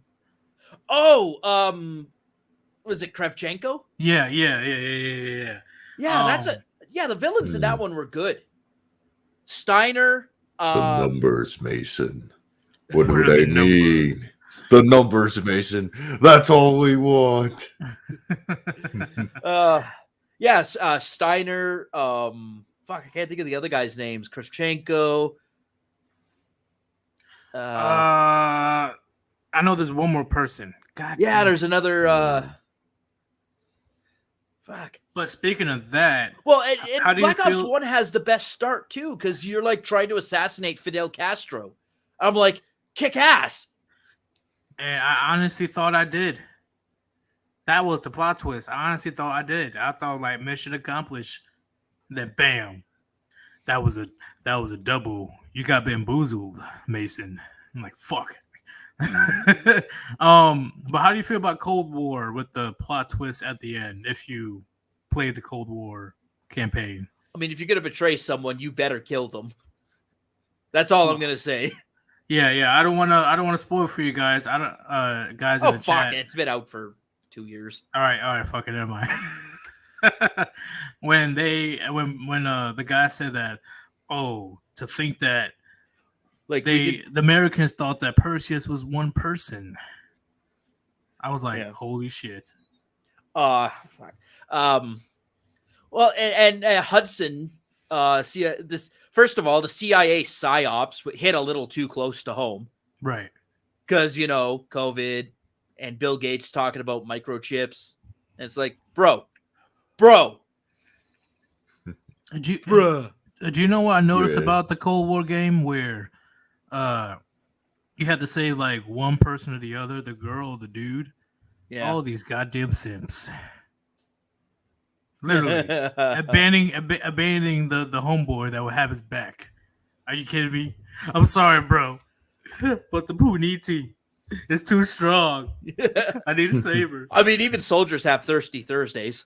That is true. Please understand. I understand what I'm doing, brother. But- I was like, yo, I'm like, come on, man. That's just me. And the fact that who's the guy with the glasses? Oh, what's his name? The colored shades. Isn't that yeah, that's Hudson, eh? Isn't it? No, the other person who looks like Brad Pitt a little bit. With the blonde hair. Adler? Was that him? Yeah. Hmm. Yeah, Adler. Yeah, it's Adler. The fact that, you find out that they brainwashed you the entire time. Yeah, I didn't like that. But then if you're going to do it, then kill me at the end because, of course, you can choose to betray Adler and then you get to kill him. Oh, yeah. He was a fighter till the end. I have to respect that. But it was stupid how... Yeah, why would you let him get away with that? Yeah, he was like, hey, can you pass me some cigarettes? Can you get me that smoke? Like, you honestly thought that Adler was going to do anything? Like, come on, bro. Anyway.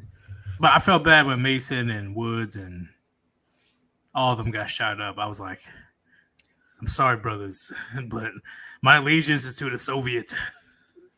There should be. I hope they released a statistic of how many people chose to betray. You know what? That would be a good. And then plot twist, like the CIA actually has your name in a database of the people who betrayed America. Oh shit! Oh. God. That would be so. Oh my god! Holy shit! Like the fucking McCarthy squad shows up. Well, we see here you played Call of Duty Cold War and you betrayed America, and we just can't have people like you running around. Now Hold up. It they was would just a give prank, you a bro. medal, bro. It was a prank, bro. It was a prank, bro. Someone like drops their hot dogs behind him. Hey, bro, you dropped your hot dogs. Bro, But- I don't what know would if you the say, Rishi? McCarthy Scott. I don't know if they would like arrest you. Like these days, they might just give you like an award. I just made everyone in the portraying chat like America. look nervously at their phone at this moment. Look at Yo. the real plot twist. Yeah, that might have hit a little too close to home. Oh man. Warband should make a Call of Duty clone with an actual campaign. Why don't we just live action it with in a paintball arena? Huh. Make them think that's paintball. Yeah. Oh No? shoot! Okay. No, never mind. I accidentally switched out my paintball AR-15 for real AR-15. My bad. Oh, But do you know what's the most confusing campaign I played out of all Call of Duties? Black Ops 3.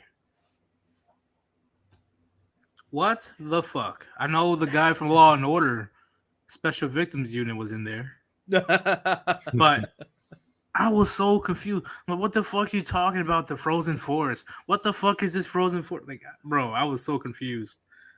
I mean, I get it. First of all, I love that Elliot. I don't even know the actor's name. I just know him as Elliot Stabler. Yeah, he's a great him, and He was so good. Fuck, he made that game. literally, and the other person, I'm gonna say his name, Kevin Spacey, was fucking phenomenal as an actor on Advanced Warfare. True. yeah, he was. It's unfortunate that the plot of Advanced Warfare was, like many others, garbage. Well, so you saw what was going to happen from a mile away. Yeah, pretty much.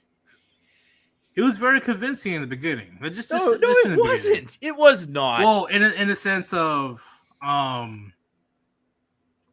okay, us adults, yeah, like we able to see it from a mile away. But when it comes to kids that don't know any better, you know, it looks pretty cool. Like, oh, you know, this guy is pretty cool. Ooh, Mr. We're Blades, moving out. I have a paintball sniper rifle. It cost as much as an actual rifle. Why? $1,500. Get ready, boys. We're Why? moving out. On whose authority? On my authority. See, that's why I knew. I'm like, all right, yeah, he's going evil. I mean, you know what? The Kevin Spacey appearance would have been better if he at some point put his hands down your pants. Oh, Jesus Christ, no! That I would have been more very convinced. Would have been more convinced, right? It's like He's first like- person. You know I love you, right? And he just like he fucking Vulgans you. Call me your daddy.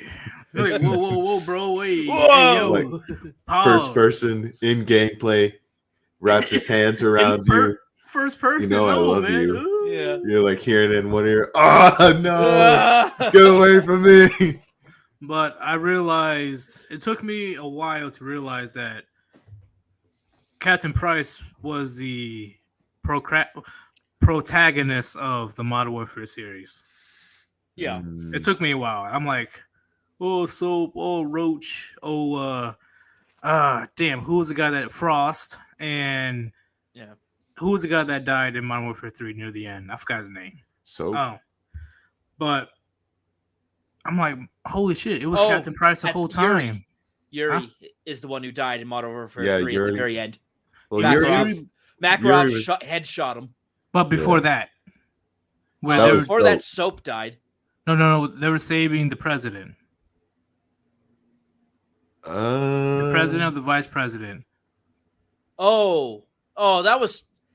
Oh, man, that death was so meaningless that I don't even remember it. Yeah, I forgot his fucking name. Fuck. I hope you guys know in the chat. Oh, someone asked if a paintball can go a mile. No, not even close. I think the max effective range of a paintball is pushing 200 yards. And you have to have some serious mods to your gun to Why does a make it paintball work. sniper cost as much as a real one? because people who have autism around their hobbies will pay any amount of money for it. Hey, Rishi, carry the convo. I'll be right back. All right. Sheesh. Fuck, I wish I could show my paintball gun on camera, but this is Canada, and I have a rule of not showing guns on stream, Yep. even if they're fake. Should never do it, bro. You don't want to get in trouble with the Justin Trudeau. Yeah. I mean, the reason I'm vaccinated is because Justin Trudeau held me down, put it in me. Yeah, fuck it. But have you played the new Halo, Tim? Yeah, I haven't played it, but I've seen it. Yeah. I thought it was a good story. I You was think it's a really good story? disappointed in Guardians. Yeah. And I was like, okay, I'm gonna reserve judgment on Infinite. If Infinite can win me back, then it's, you know what, I'll call the 343 trilogy. I'll call it a success if Infinite can win me back. Yeah, like honestly, Tim, like what really convinced me that Halo was back was like you looked at like the design of the Banished. Like it doesn't look like Halo 5 designs where they're all bulky. They look like the classic designs. Like straight out of Combat Evolved. And like watching the gameplay, bro, it just looks like a fun time. Halo Infinite? Yeah. Yeah. I'm not an Xbox guy, so I will buy Infinite eventually. I'm just I need to wait for my Christmas money to come in. Well, you can get My it on bonus. PC. I will get it on PC, yeah. Although PC is free. I hate FPS on PC. I just got a I'm controller. a console. Yeah. You could get a controller too. Yeah, that's a Oh lot. yeah, I know that. I could plug my PS4 controller into my computer. So I don't play Halo Online. I play Halo 4, the campaign. I'm really invested in that story. Well, I hope the campaign has some type of co-op as well. Because campaign by myself is fine, but campaign with the boys, even better. Man, do you remember those days? Yeah, especially the library level on Combat Evolved. The Flood, they were introduced. I was pissed. I was only 8 years old. I was like fucking terrified. Well, I know Xbox controllers work very well on PC because it's literally the same manufacturer. Yeah. Yes. It's a pain in the ass to try to put PlayStation controllers on PC. For real. There's something you can download that kind of helps buffer how bad it is. It's like what is it? DS4, I think it's called. DS4. Yeah, it loads in kind of it's kind of the go-between for it works really well with Steam. It's the go-between between a PS4 driver and the firmware of the PS4 controller. Right. I literally had to buy a whole new controller so I can play games on here. It's crazy. But speaking of video games, random, we're going to switch it up. How do you feel about Final Fantasy 15 if you played it? I mean, I'm not a Final Fantasy fan. What? Yeah, I'm not either. I played Final Fantasy 7. I did not enjoy it. What about Kingdom Hearts 3? Ugh. Nope. No. Have you played it? You never played it? Never played a Kingdom Hearts game. Fuck, man, what is going on? Until yesterday, I never even played an Elder Scrolls game. All right, I'm a big fan of Elder Scrolls. I started with Morrowind. Yeah, I right now I'm loading in a mod. Apparently, there's a mod in Skyrim where you can grape people. Right. And I am excited to try that. Wait. What again? You can grape them, but drop the G. What the fuck, bro? Like you can't say the R word on YouTube. So yeah, but I agreed too quickly. I didn't really grasp the situation. He's like, I remember days going around graping people. I didn't want to be so nonchalant about it. What you done? Bring that ass here, boy. Plot twist, that's when you finish. That's how you defeat the dragon. Well, you remember that scene in Scary Movie, right? When the guy finishes and blows what's her name up into the ceiling, right? Right. That's the Fusroda in the Great mod. Fusroda, and you blow her off your dick. So, is there any games currently that you play that's still your favorite on like Steam or something? I'm trying a lot of new games lately because I stream with someone in Racket server. Right. Let's see here. Pull up my Steam account. I was playing New World, the Amazon game. Then they broke it, and I don't like it anymore. I don't like it anymore. Fuck that game. What was I playing before that? I've got the new flight. Oh, I was playing Cuckold Simulator. Did you get the inspiration from Manic? No. We knew about Team Sneed before I met Manic. It was crazy he was able to get an interview with him. Well, I mean, I was like, holy shit. He can kind of thank me for that. Oh, you set it up. Yeah. Oh, shit. Yeah, I told Manic, like, oh, yeah, hit up, here's Team Sneed's Discord ID. Just hit him up. He'll do... When are we going to get... Oh, what you say, Rishi? When are we going to get a Jack Murphy skin, Tim? Do you got a ETA on that? I'll get back to you on that one. So you're the network guy. I like that. See? Well, I mean, I am the producer. It's not about what you know; it's who you know. Although Ricada is how we got in touch with Team Sneak, because Ricada had him on first before we did. Well, Island Herman, producer Tim, do you mind going back to the Red Pill MGTOW topic right quick? Of course, the Crimson Capsule. Here, let me give me the permission to share my screen here, and I'll pull up the thumbnail I had there. Yes. Yeah. I got you. I want your opinion on what Island Herman is saying. Share screen window. This one. There you go. I'll put that up. There you go, guys. That is the Church of the Crimson Capsule. That was the thumbnail we used for episode 25. You'll notice the art style in that picture is the same as my avatar. Here, let me see if I can find. But why is the pill so huge? Because it's a suppository. It's hard to swallow, bro. Yeah, true. Okay, Rishi. Don't you get anything about metaphors, Yeetus? Let's down it with some Hennessy. Bro, by the way, who does all your art, Tim? That's a guy that is in my Discord. He hangs out. I don't actually know his real name. And he doesn't. He's like one of those humble guys. It's like you don't have to give me credit or anything. It's he's real chill like that. But yeah, that's the thumb that my avatar's from. Because in episode 9, someone wrote in with the initials LBJ, and I thought it referred to LeBron James.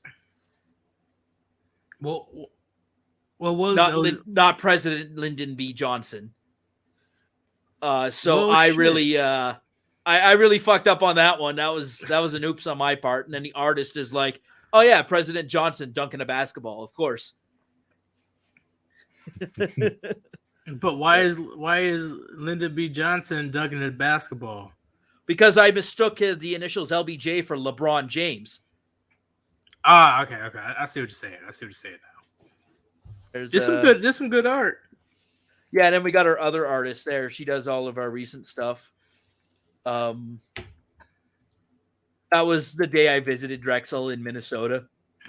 Why is Drexel looking like that? He's like,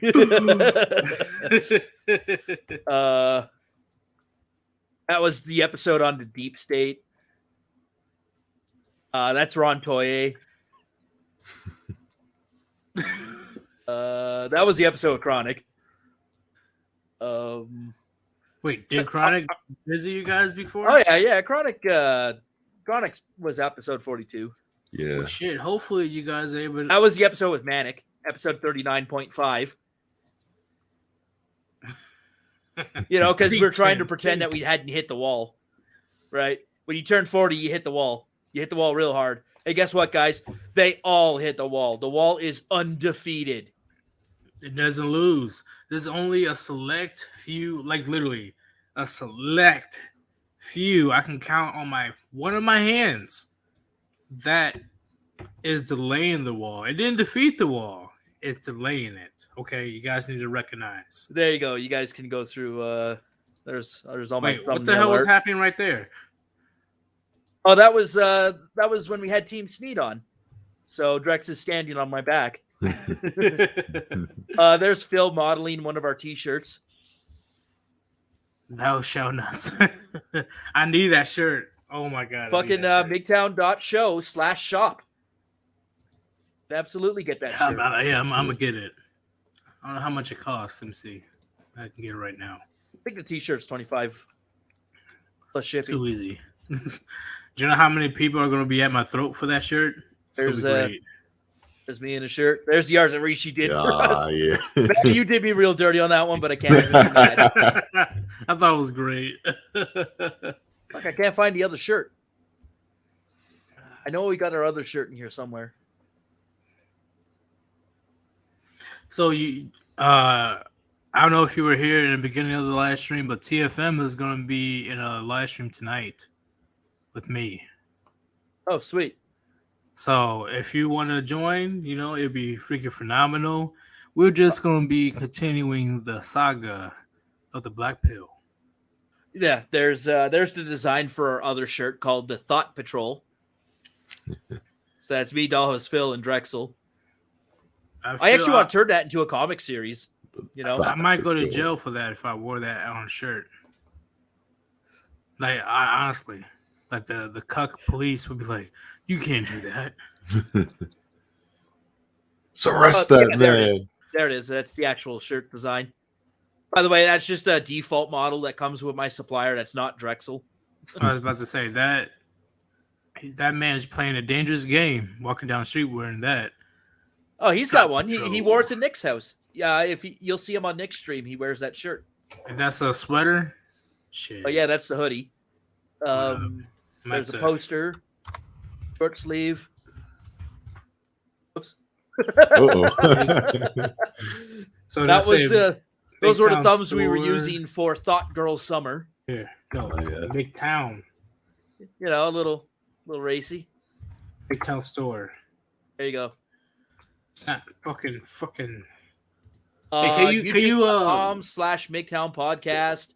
You can get all the Crimson Capsule content in the world that you could ever consume. Can you link the store link in the chat? I'll put it in the private chat here. Because now I'm interested. I need to get a couple of shirts anyway. You can also just give us free money too. That's what the donation is. Free money. Ha! Yeah, I'll give you guys free money. You guys actually have legit content, and the content ain't all fucking cringe. It's not all, oh, you guys only did 30 likes and there's 50 of you. We're going to stop the whole show until you give us our likes. What the fuck? Yeah. You guys take shots every like or every 100 likes? No, but I'm gonna start doing that. Ribby, I'm sure Ribby does. You know what? I'm sure Ribby does shots without the likes. I drink a lot more than Rishi. Yeah. He knows. I probably could drink a lot more than both of you. Oh, I've got that Canadian native. You're challenging me. You're gonna outdrink a military veteran? Is that are you gonna outdrink a fucking Native American? I'm the part Native American. We fucking drink mouthwash, man, because we can't get enough Native liquor. American, okay? I'm not 25%, but I'm like 20, I guess, because my grandpa, he's half Native American. But besides all that, I'm down. I might pass out you might hear me snore on the mic, but I'm down. I'm down for it, bro. Watch Manic Stream and take a shot every time they say cuckold. Every time he says cuck. There was a live stream. It was the I think it was the Canadian Thanksgiving. No, it was the Labor Day live stream we did with Phil, where I was doing a bar crawl for a buddy's birthday. Right. I ended that night with 30 shots of liquor. So is that pretty much the whole bottle, or depending on what bottle 2 ounces? Because remember, we pour Canadian shots, man. So what were you drinking? They were double rum and cokes. Rum and cokes. Oh shit, I could do that. Ooh. Oh fuck, I could drink rum and cokes all night long. I love rum and coke. I don't know. It makes me feel warm on the inside. Yeah. But then there was there was 11 double rum and cokes. Then I did a shot of tequila, a shot of bourbon, a shot of. Oh, I did have 2 Lagavulin neat, 2 shots of Lagavulin neat. Oh, so you don't give a fuck what you drink? There are some I like better than others. I'm not a fan of vodka or tequila, but someone bought me the tequila, so I kind of had to oblige. Damn. So I gotta do it then.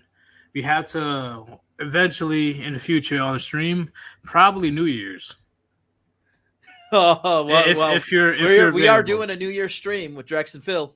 Oh, you are? Oh, we are. Ooh. And you know, that was the first time TFM crashed our show. He just he was in the comments. He's like, "Yo, what up?" I was like, "Get your ass in here." You don't got a choice. Oh, trust me. He, like I said, TFM, man, you don't need any other guest. So, producer Tim, if I am going down and out, can you at least mute my mic, or it's gonna be some good content? Well, you know, it depends. You know, because as the producer, I got to make sure there's good content for the audience. That's true. So, if you've made an absolute mess of yourself, man, I don't know if I can mute you. Fuck Joe Biden. Let's go. Oh, I got a "Let's Go Brandon" chant started at a Minneapolis bar when I was in Minnesota.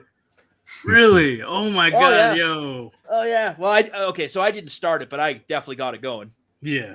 Because some guy there was, I think his son, he had his kid there, and his kid is named Brandon. I think so. He's just like doing a "Let's Go Brandon," right? He's trying to be cute, trying to be cheeky. And then from across the bar, I just go into a full yell. I'm like, "Let's go, Brandon!" Yep. And then more people start joining in. Do you know about the rapper that everybody forgot, Iggy Azalea? You know that she got very mad that nobody's supporting Biden anymore. Like, you fake Biden supporters, you're supposed to support him no matter what. Like, what? No. he's like the worst president since, like, what, Jimmy Carter? Oh, I don't know. Shit, like, he's literally fucking up the whole country. He doesn't even know what the fuck is going on half the time. He doesn't even know where he's at.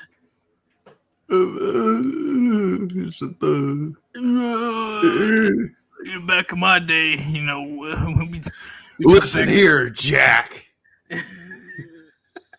I'm president now, and what I say goes. Hey, what the fuck is Kamala Harris doing?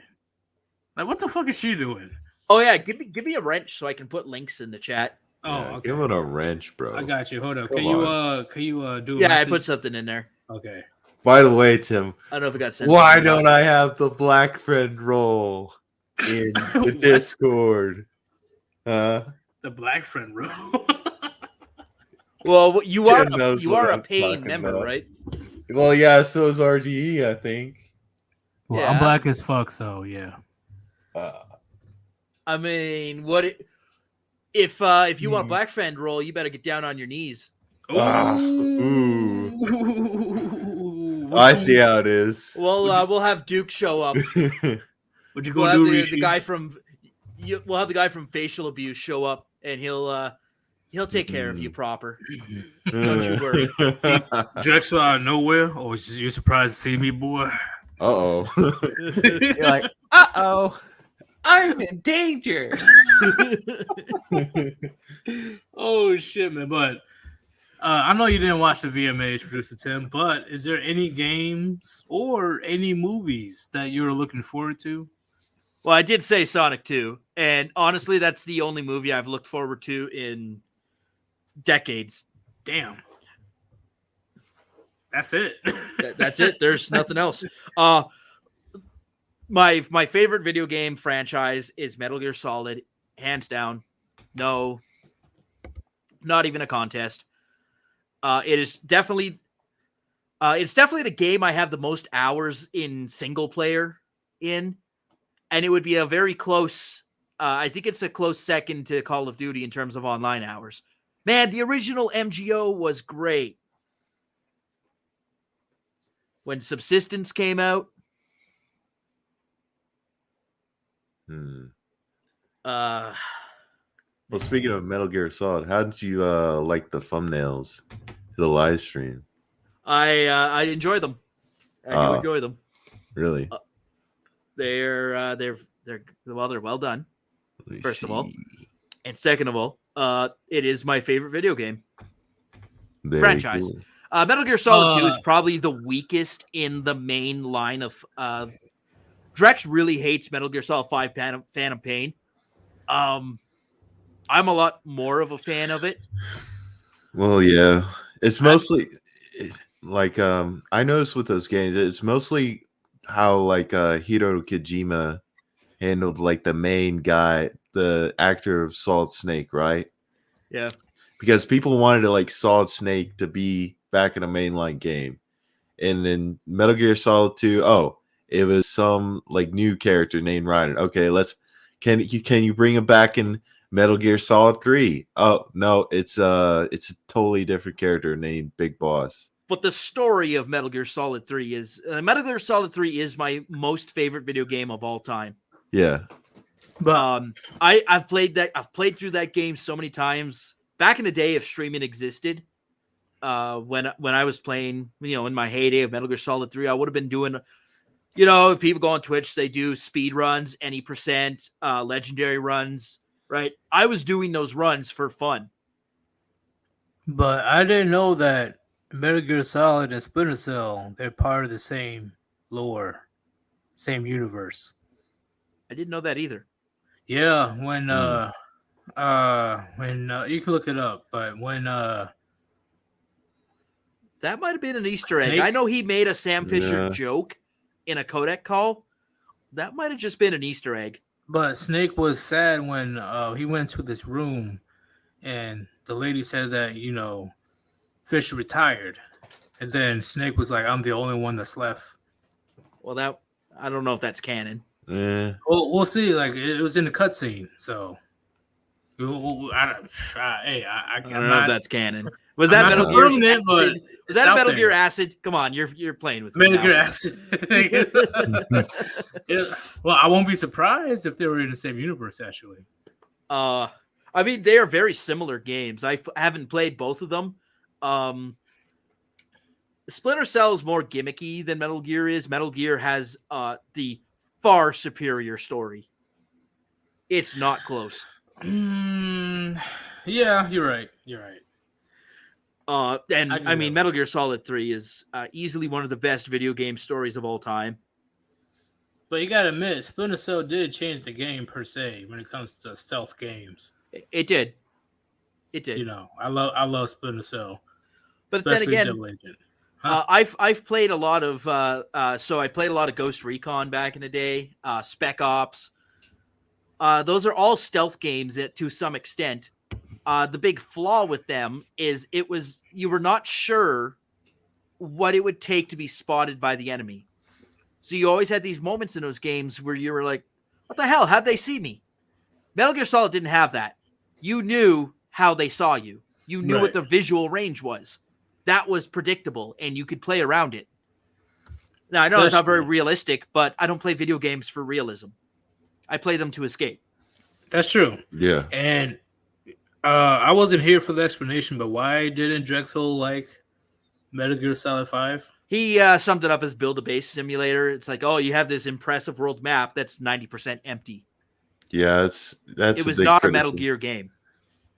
Bro, like you should here's the thing with MGS 5. Like you should have had like civilians in that game if it's gonna be like this open area kind of thing. You know what I'm saying, Tim?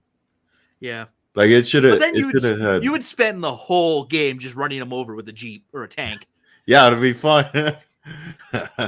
Boss, what are you doing? Boss, have you lost your mind? Maybe you're not the big boss after all, or the big boss we need after all. Yeah, that's if you get a game over screen if you kill any one of your mother base soldiers, like you hit them with a jeep. Boss, have you lost your mind? Maybe you're not the big boss we need after all. Boss, that was a kid. But I'm gonna be that guy. The best RPG game that I played in a long time is Assassin's Creed, especially with Ezio Auditore, with Assassin's Creed 2, Brotherhood, and Revelations. Am I the only person who thinks Assassin's Creed 3 was a good game? Okay, it was a good game. Okay, I had bias against. I really enjoyed that game. I had so much fun with it. It was a good game. I had bias against it because it was a new character. So, but when I did play it, it was a phenomenal game. But the trilogy of Ezio, that can't be beat. Yeah, you can't beat that, man. Like, could we get a remake? Can we get a remake of Assassin's Creed 2? Don't fuck with the story, like they always do when they remake games. Don't fuck with it. But I would love to see, I'd love to see AC2 done in their what is it? What engine do they have? What's the Ubisoft engine for the last Assassin's Creed? How are you gonna say RPG? Yeah, Assassin's Creed was in a role-playing game in the early days. You sure about that? I mean, at the same, it's an RPG right? Don't get me wrong. Altair would be always my number one favorite. I think he was the most deadliest. Look, if you could put AC2 in the same graphics and cinematics as God of War, Dad of War, that would be game of the year. Oh my god! Yes, that's what I want. That's what I've always wanted. That same with Metal Gear Solid. I would pay a lot of money for Metal Gear Solid with Metal Gear Phantom Pain graphics and the new Fox engine. Oh yeah. Like, do you remember how chubby you got in Guns of the Patriots when you find out, oh my god, I'm going back to Shadow Moses? Holy shit! I remember this spot. I remember this where Meryl got shot. This is where I fought Sniper Wolf. But when it comes to Ezio, people got mad that he gave up in Revelations at the end. I'm like, why will you be upset? He literally dedicated how many years of his life? 40 years? 30, 40 years? I was not a big fan of the God damn it, Valhalla. Assassin's Creed Valhalla. No, just because I know they missed a huge opportunity. They didn't do it because it's racist, but they missed a huge opportunity for the Vikings to come to North America and fight the Indians, the natives, right? Oh man, I'd play the shit out of that. Be like, get shit on, my people, because my specific tribe, I'm Mi'kmaq Indian. Like, my people fought the Vikings. But the voice acting was trash. Oh, that's what pissed me off. Terrible. That's what made me so mad, especially Thor. I'm like, yeah, haven't you noticed these things, like Tim? Like, games are getting lower and lower quality. Like, people are because you keep canceling everyone. Yeah. Man, how much money? I would pay double the money to have Vic Mignogna voice my character in a game. Vic Mignogna, man, I swear, one of the greatest voice actors of our generation. Literally taken down by a bunch of SJW little fucks because For real. you want the real red pill? You want the fucking red pill on this? Ain't nobody graping these hoes. Ain't nobody, right? Yeah. Nick said it best on his stream. Monica claims that Vic threw her onto a bed. Objection, Your Honor. Nobody's throwing that piece of fucking lard. She was a land whale. I'm like, no way. Vic could easily, if he wanted to. And Vic is a scrawny little guy too. Like, right. He's not strong. Vic could easily get bitches if he wanted to, especially, but not that. We got to talk about his pants, though. What do you mean? Vic wears the most feminine pants. He's a very feminine dude. I'm okay, but yeah, he's very feminine. He's a Yeah. big city. He's a big city guy. You could tell. Yeah. Yeah, but City he's Silica. a very nice guy, though. Very We nice. have talked to his mother before. Wait, what? Yeah, Mama Out Vic. in the country. How? Mama Was Vic is this old school Midwestern lady. Was it during the? She is a treat. Was it during the scandal? No, this was way after the scandal. I mean, the scandal's still ongoing, I guess you could say, because the lawsuit is still pending appeal. Really? So, yeah. Oh. I would say What? we did not record it because we were teaching her how to use Discord, and we were getting her accustomed with how to use Discord, just kind of getting her introduced to our fans who are in our Discord. But holy fuck, was she spicy! She is this old school Midwestern woman. I think she's in Connecticut, but she'd fit in just fine in small town Ohio. Yeah, I like that shit. So, Mr. Bang Your Mom, who is this Vic guy? Can you explain him? Vic Mignogna is a voice actor. Used to work for Funimation, who is the primary licensor for American dubs of Japanese animations, also known as anime. He was the voice of Edward Ulrich in Full Metal Alchemist Brotherhood. He also was a voice actor for Brawley. Yeah, Brawley. God, I forget what year this was because time is weird. But anyways, in January, Dragon Ball Super Brawley releases. And Vic being the voice actor for the title character, he's kind of the lead role. And it is the most successful American release of an anime movie in history. Made a ton of money for Funimation. Vic is very famous for his roles. He's got a lot of other credits to him too. Yeah, he's the OG. Yeah, if you enjoy a dub, there's a very good chance Vic's voiced someone in it. Oh, he did Nagato from Naruto? I didn't know that. I didn't know that either. I'm gonna have to look that up. Fuck, Nagato is one of my favorite characters in Naruto. The world shall know pain. No, legit, man. Anyways, MC. well, and he's also like this should have been like everything that Shippuden did after Nagato was horseshit. Well, Nagato should have been the end boss. I looked it up. It's legit. Yeah, he voiced. Holy, I did not Yep. know that. yeah. Well, I guess speaking so. of, I guess I could put the voice to it. I guess I could, right? Because he speaks in that soft voice. Yep. What'd you say, Rishi? Well, speaking of Nagato, I unfortunately got to go. Oh. All right, but it was great talking to you, Tim. Always a course. pleasure streaming with you, Yeet. And I will see you guys later on tonight. Yeah, second live stream, bro. Peace out. I'll probably be around. Puniti. Hey. But yeah, what happened to Vic was so this movie comes out, right? I'm setting the stage for it. Most successful anime movie ever in American history. Cool.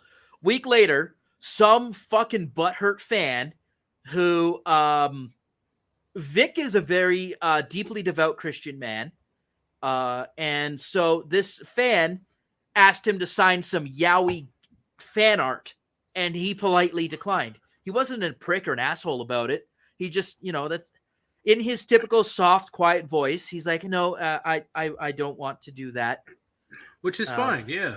Right. So she spurgs out, goes by like Han Leia on Twitter. She spurgs out and accuses him of being a predator. And then Of course. fellow voice actors start piling on saying, well, hashtag me too. Vic once pulled my hair and then whispered, quote, and this is in a legal document, quote, something sexual. She didn't even say what it was. What? She didn't even say what it was. She just said, Vic pulled my hair, pulled me into him, and whispered something sexual into my ear. I can never see him do that. No way. And then the main star of the show, Monica Rial, voice of Bulma, claims that Vic tried to grape her in a hotel room at a convention.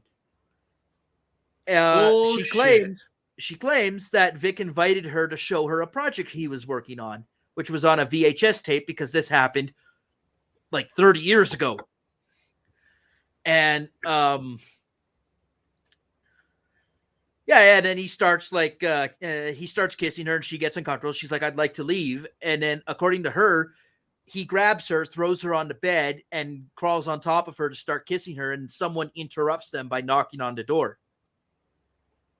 Bullshit, man. I don't know, man. All right. You want the Crimson Capsule for all you guys in the chat? Ain't nobody graping these hoes. All right. So the guy who knocked on the door filed an affidavit with the court. So Vic sues Monica, Jamie, Funimation for defamation. Producer Tim, continue right quick. I'll be back in 1 minute. Continue right quick. Sure. So for the guys in the chat, Vic sues everyone for defamation of character. He sues Funimation for firing him. And after Funimation fired him, they put out a tweet saying, "We don't condone harassment or assault of any kind. Everyone has the right to feel safe." And this was right after he got fired, so one could infer they were referring to Vic. It was never explicitly mentioned that Vic was the person they were talking about, but you could infer it. The reasonable person would infer it.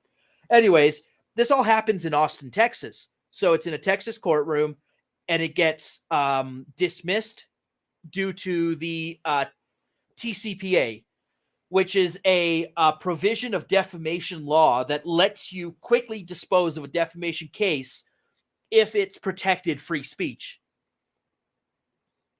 It's called the Texas Citizens Participation Act, and it's an anti-SLAPP motion provision. And SLAPP stands for Strategic Limitation of Strategic Litigation Against Public Participation. That's what SLAPP stands for. Okay, I'm back. So that Vic's lawsuit got dismissed under the TCPA as a SLAPP lawsuit, saying that he violated his accuser's First Amendment rights. So that's currently in appeals. Several lawyers have, gone over it. Nick Rekida's definitely the one you should check out because he has the most comprehensive overview of the Monica situation. Now, Monica has a fiance of 7 years, going 8 years now, named Ron Toye, who tweets a lot, 100 times a day. And, I totally understand that is true. They have, Chris Sabat, and then, of course, there was the Funimation leaks of them using homophobic slurs on recording. So, is that one clip that I saw? Yeah, that's the one where they're like, look at this F slur clothes. What an F slur. And then the Sacred Ointment video. You should look up the Sacred Ointment video. That's pretty funny. But yeah, it's like, when you're in a recording booth and you just kind of mess around, right? You just like shit. Like shit on my dick. Yeah. Right? You're just like messing around. But I saw the voice actor she was Bulma, right? The voice actor for Bulma. Yeah. I'm like, there's no fucking way Vic will even throw her. You can't throw that. She's like the anchor on the Titanic, man. You can't throw that. There's no way. I'm like, yo, Vic, he doesn't need to do any of that to get any type of action. He can literally pull up girls if he wanted to. He's that big. So you want to know the kind of person. Another set of his accusers were these twins that were essentially his big fans of his, stalkers, showed up to every convention with him in it, right? Just constantly, getting buddy with them. So they're over the age of 18, and Vic's a pretty nice looking guy, and they're twins. So he invites them to his hotel room. Hey, Yeetus, if you're a hot chick and you get invited to a 40-year-old guy's hotel room, what do you think he's there to do? To do some sexy time. Yeah, these twins show up and they're like, "Oh, I thought you were gonna show us like some behind the scenes artwork or something." Don't act. Come on. So they're like, "Oh, we're not comfortable. Can we leave?" And Vic says, "Yes, you can leave." They claim that on the way out, Vic stopped one of them at the door and forcibly kissed her. There's no and way. then let them leave. Oh my god, no. And then, of course, there's the jelly bean incident. So what got Vic fired from Funimation were 3 incidents that Monica ran to HR and told about. The first one was her own experience with Vic, which, by the way, they had supper afterwards, and she didn't say a thing. The guy, I mentioned the lawsuit, right? The guy who knocked on the door and interrupted them filed an affidavit saying, yes, I was the guy who knocked on the door. I saw Monica. I saw Vic. Monica did not look distressed in any way. If she had looked distressed, I would have stepped in and did something. It's my convention. Right. So I'm liable if something like that happens. There's no reason for him to lie either. No, there is literally no incentive for he gains nothing from lying, and he gains nothing from telling the truth either. He's 100% neutral in this. It's just crazy how somebody like Vic has to go through that Me Too treatment. Yeah, it is insane. So the first incident is the thing with Monica, and then of course she works happily with Vic for 20 years before she brings up this incident. 20 years. Yeah, they go to conventions together. They're laughing. They're joking. They go to dinners together. Now, I want to speculate on what happened. A lot of people don't like speculation because, it's an active court case. You don't want to speculate on stuff. Fuck it. I'm speculating. I'm speculating that Monica, seeing a guy as handsome and as attractive as Vic, takes a swing at him, right? It's like, oh, Vic, can we, do you like me that way? And Vic's like, I like you as a friend, not that way. And, she always resented him for rejecting her. Really? And so this perfect opportunity comes up, right? He's getting accused on Twitter of being a creep, being very handsy with fans. Now, let's be clear here. He has never Kevin Spacey'd a fan. But Vic grew up, and I understand this, having met his mother, Vic grew up where you show affection to people. Right. Right? You give them a kiss on the cheek to greet them. You hug them. You wrap your hand around their shoulder. Right? That's the kind of person Vic is. Yep, I know it because I'm from the Midwest. Yeah. Like you would greet you would greet the aunt that would always bake pies for everyone, right? You would greet your aunt like that. You would kiss, you do a kiss on the cheek. Yeah. I mean, we're not Tom Brady here. We're not doing full lip locks with your kids. Yeah. But that's not entirely out of place in that way you grew up. No, not at all. That's literally how you show affection to your family members. The people you care about. Especially your family members that are your elders. We talked about this with Phil on episode 54. Drexel's gotten messages from people who said, I was going to yeet myself, and then I found your show. Nick has gotten that message before. Like, man, I had the gun in my hand, and I started watching your stuff, and I just thought there's something more, something better. I only got that once, just only once. And that pushes me to keep going. Vic Mignogna has had that hundreds of times. Right. What's up, Chronic? This dude. I'm still bitter at you for fucking missing our 1 year anniversary stream, man. I'm bitter about that. Hey, Under Chronic, I know you're busy, man. I know you're busy. But if you're able to join in the future, man, I will be joining this Saturday. So if you're able to come by, that'll be too easy. We'll be able to make some content. Fuck, I'll send you guys a link. Anyways, I lost my train of thought. Oh yeah.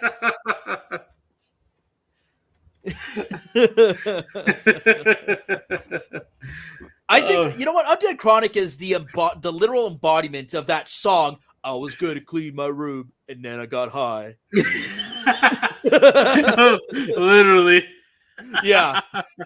But anyways, so Ron Toye, the fiance of Monica Rial, you know, he fires all these shots. He's a real tough guy from behind a keyboard, right? Yeah. And Vic would never defend himself, right? He's too soft. Vic would never clap back or try to defend himself from these people. So he just ignores them. And Ron's going all over Twitter being like, he assaulted my fiance and he must be made to pay.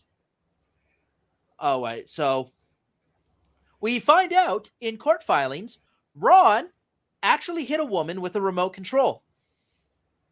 Hence the remote control meme every time you see Ron Toye. Right. Ron threatened to run over a dog and murder the children of a judge who ruled against him. Confirmed in court documents, Ron has abused women. He got a restraining order on him by his ex-wife. And in its findings, the court said, we believe physical abuse has occurred. And nobody wants to talk about that, huh? Oh, yeah. He's out there thinking Vic Mignon is a monster. And, you know, I believe all women. Oh, yeah? Let's see the skeletons in your closet there, Mr. Ron Toye. Or should I say Ron Soye? I encourage you to watch Nick Recada's videos covering the Vic Mignogna case. It's in a playlist, I think. You will see the deposition of Ron Toye, where Ty Beard, Vic Mignogna's lawyer and Nick's friend, is questioning Ron. Man. Well, I encourage you to go learn the whole story and do your own research, because I could say whatever I want about Ron, but in order to truly appreciate what a piece of shit this guy is, you need to see it for yourself. Definitely do the research. Okay, go type in that Google and look up the atrocities that he's done. All right, no way. Oh, he's not like this. He's not like that. No, there's proof. You just gotta look it up. He's the one who always, if you want to find his Twitter, I think it's Ron Toye the Third or something. Right. Anyways, you'll find it on Recaida Media because he always responds to Nick with the blackface photo. But oh yeah, of course. Man, to go to a different topic, right? Yeah, get me off this topic because my blood is boiling way too much. Bro, like I would definitely talk about this topic again if you're ready, bro. Like, I want to talk about this honestly, but I know the chat is like, oh shit, producer Tim is getting kind of angry right now. I gotta drink a Coke and have some alcohol. What do you think I should drink?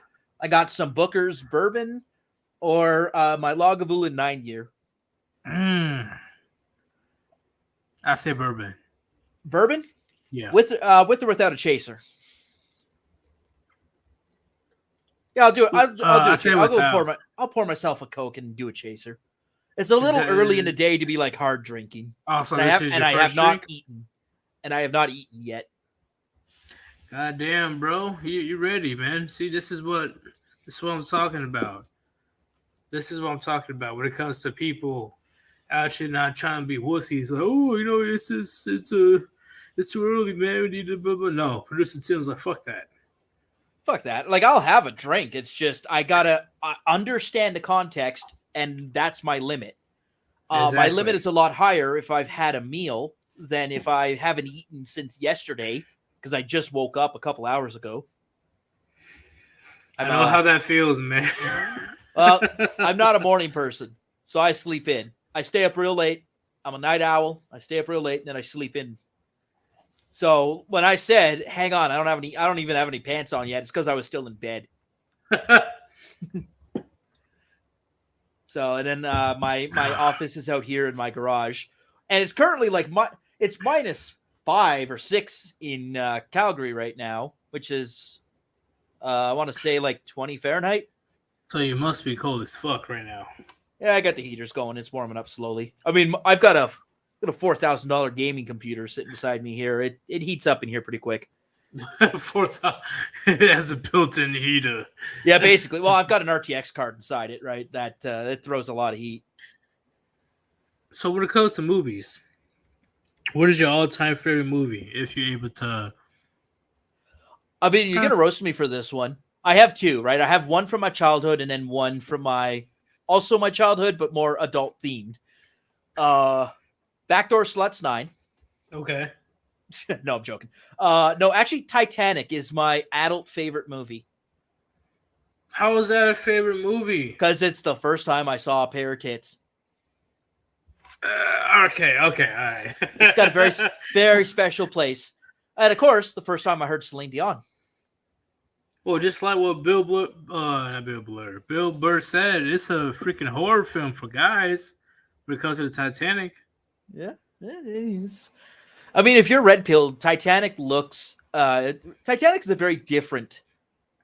It's a very different movie if you're red pilled. And who's that one girl? I forgot her name was. Kate Winslet. She could have saved. What's his name? Jack? Who was the one? Yeah, Leo DiCaprio. Yeah. Jack Dawson was. She could have saved him. Fucking bitch. Rose DeWitt-Picator. Okay, what's your most hated movie? What is a movie that you absolutely do not like? I've never stormed out of a movie before. I know Drexel has done that a couple times. So, God, my most hated movie. I watch so few movies to begin with. Really? Yeah, I'm not a movie guy. Like, if you name famous movies from the 90s, I'll be like, I probably didn't see that. Oh, the other most now my most favorite movie from my childhood is the first Pokemon movie. That's your.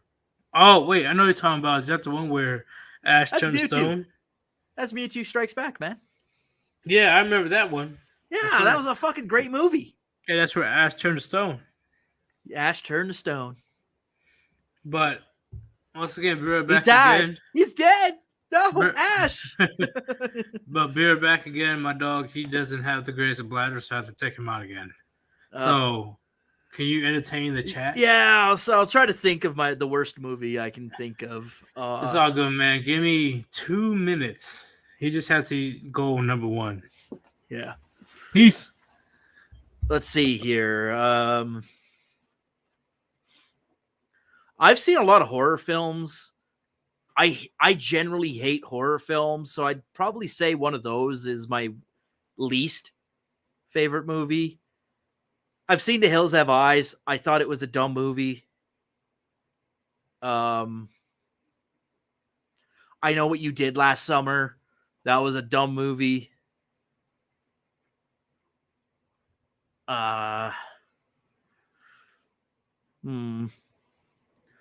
I have not watched any of the Marvel or DC movies. They're really dumb. I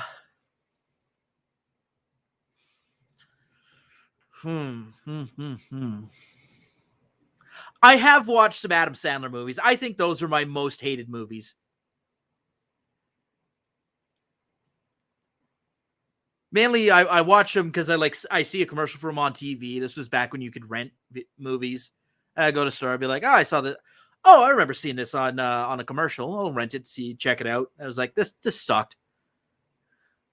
A lot of sequels. I've always been left with a bad taste in my mouth for sequels.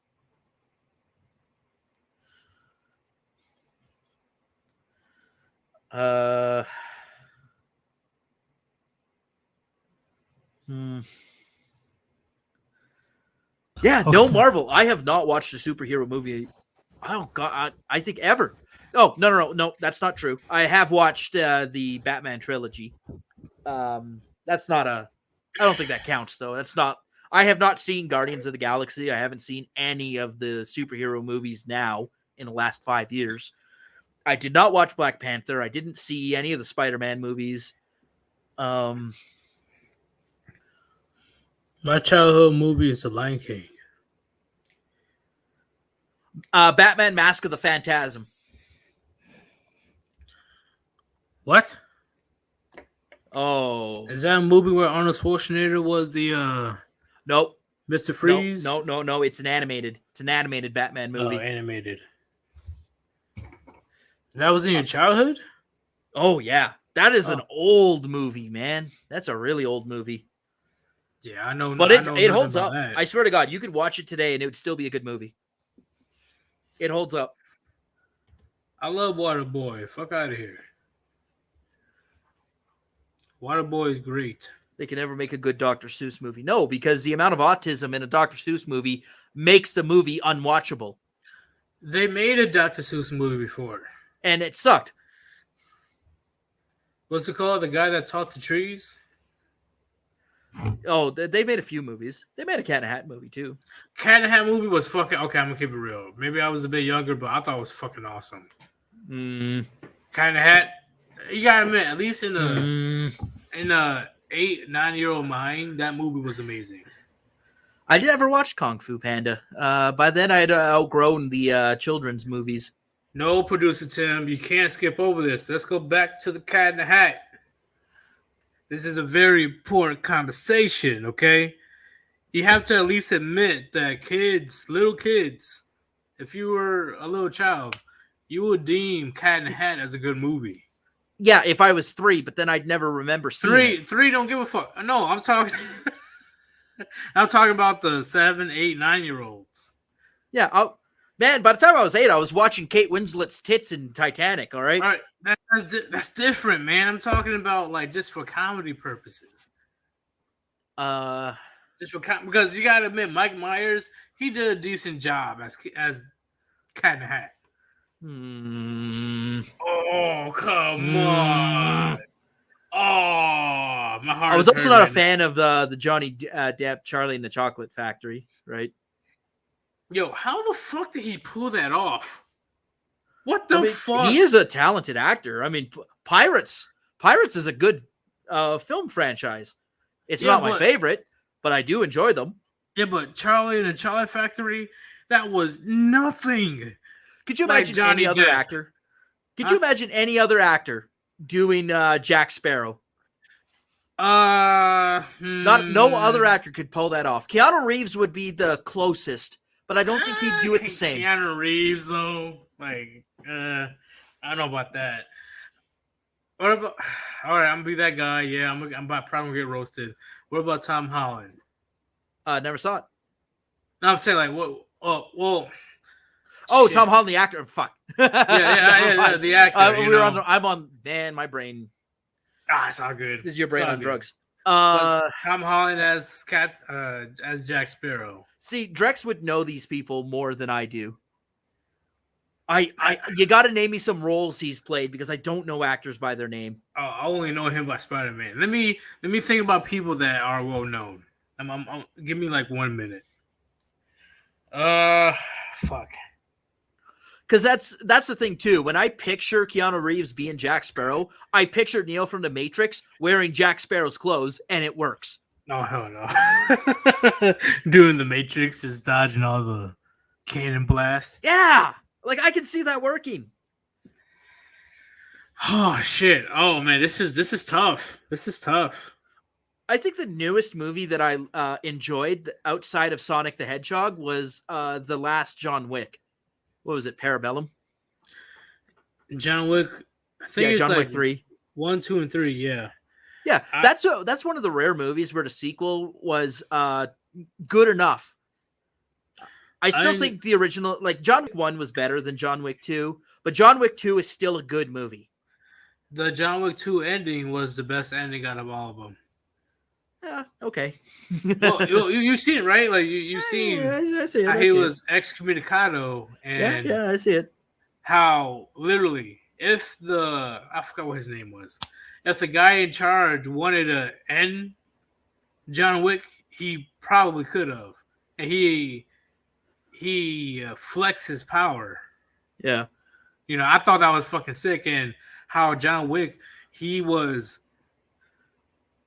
started over time when he was running away. He realized the dire situation he was in. He was Yeah, where the guy armed. like snaps his fingers and like everyone in the park stops. Yeah. I was And like, then- damn, you flexing, bro. Yeah, and then when John Wick was running away, he realized the dire situation. He was injured. Everyone's he was out to get him. unarmed. He had nothing. And all these assassins are just waiting for the hour to be over. So I thought that was sick. I thought that was fucking amazing. I still think overall John Wick 1 was a better movie than John Wick 2. But I'll give it to you. Are you talking about like the just the overall story of John Wick 1 was better than the overall story of John Wick 2. I agree with that. I do agree with that one because but what? that said, it's still a good movie. And it's one of those few instances where the sequel doesn't suck ass. No, not Looking at at you, Matrix. No. well, okay. When it comes to Matrix, right? Okay. Because I definitely remember I watched all 3 Matrix movies. It had to be a lot of breaking down on YouTube I had to watch to order to really understand the last movie of the trilogy between Neo and Agent Smith. You know, I had to watch a good amount of like explanations to truly understand what was going on. Yeah. We could, bro. That's a whole different live stream. Not gonna lie, which I'm gonna write it down. I may make it honestly, because the Matrix story I thought was amazing. What about you? Well, Matrix 1, yeah, the story was amazing, and then it just went so sideways. Matrix 2 or 3? Both. Like What? Matrix 2 wasn't that good. It started good, and then it just got worse as it went on. Matrix 3 was a complete trash fire. But did they deem Neo as like the outlier in the Matrix in the sense of? Okay, wait. We'll explain this later. I would like to talk about this later. We'll push this aside because I just realized it's a lot more complicated than. Yeah. It'll be a good story. I did come up with the movie I think I hate the most, which would be The Hills Have Eyes. Yo, that movie's fucking gnarly. It's gnarly. It is one of the worst horror plots I've ever seen. I hate horror movies in general because they're not scary. They rely on cheap jump scares. Wait. You want to watch a real horror movie? Watch a documentary about the Federal Reserve. That's a fucking horror movie. But all right, I can't argue with that. Fuck. But when it comes to fictional characters, I'm sure there was some good horror movies you watch. I can't think of one, man. I love the parody of the horror movies. So Scary What Movie. about Scary Movie Jeepers? was fucking awesome. So what about Jeepers Creepers? I'd never seen it. The Goosebumps. I know they redid the Goosebumps series. I fucking hate. Freddy Krueger? The only thing that sucks worse than a scary movie is a scary book. All right. Well, wait. There's some scary books out there, because I definitely read a shit ton of books in my childhood. A shit ton of books. We all had libraries in public schools growing up. Well, shit, not anymore. Like they got like fucking online bullshit now. Well, now it's oh hey Jimmy, you like Disney princesses? Cut your penis off. You ain't reading this goddamn book until you give me your slogan. Like, teacher, here's a book about a 35-year-old guy grooming a 9-year-old who wants to be gay. Oh my god! So, have you heard of the series Cirque du Freak? It's a vampire. They made a movie out of it. No. Okay. It was with Jack Black, and that movie was definitely canceled. What about Demonata? Like, I'm telling you, man, there's plenty of books. What about The Lightning Thief? Heard of it. When it comes to fuck the movies, okay, the movie fucked up the whole story, but it's pretty much Greek mythology with the camps and all that stuff. whoever's your parents are, whoever's your dad or mom is, you have to associate with that camp. What I'm saying is that when it comes to the horror movies, yeah, it sucks today. It does, in my opinion. But back then, oh man, they had a lot of creative freedom, especially with Freddy Krueger. You know, Freddy Krueger, he was fucking terrifying, especially me as a child. I didn't watch the original one because the original was old.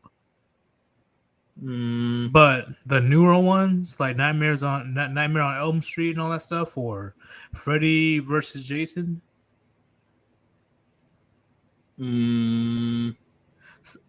Okay. I have a question, Tim. Do you have any horror movie that actually was like a horror movie, like to you? I'm sure there's at least one out there. Yeah, Cuties. Oh, bro. Oh my. Okay. I'll be that's back a horror in. movie, all right. I'll be back in one more minute because I gotta take a piss. Can you? I can't believe you say that. Holy shit! Oh my god! I hope Suzanne ain't listening. Can you? That's a fucking horror movie and a half, man. No, honestly, I'll be back. Give me 1 second. 1 minute. 1 minute. You Man, can continue though. Oh yeah, movies did not scare me. They would startle me. Startle is not the same as being scared. No,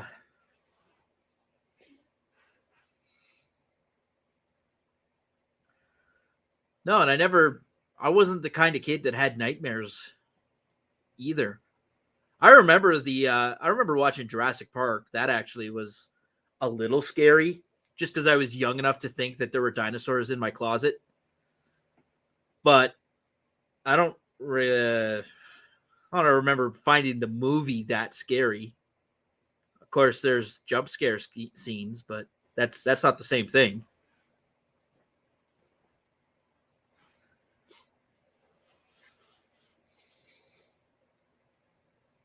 So, man.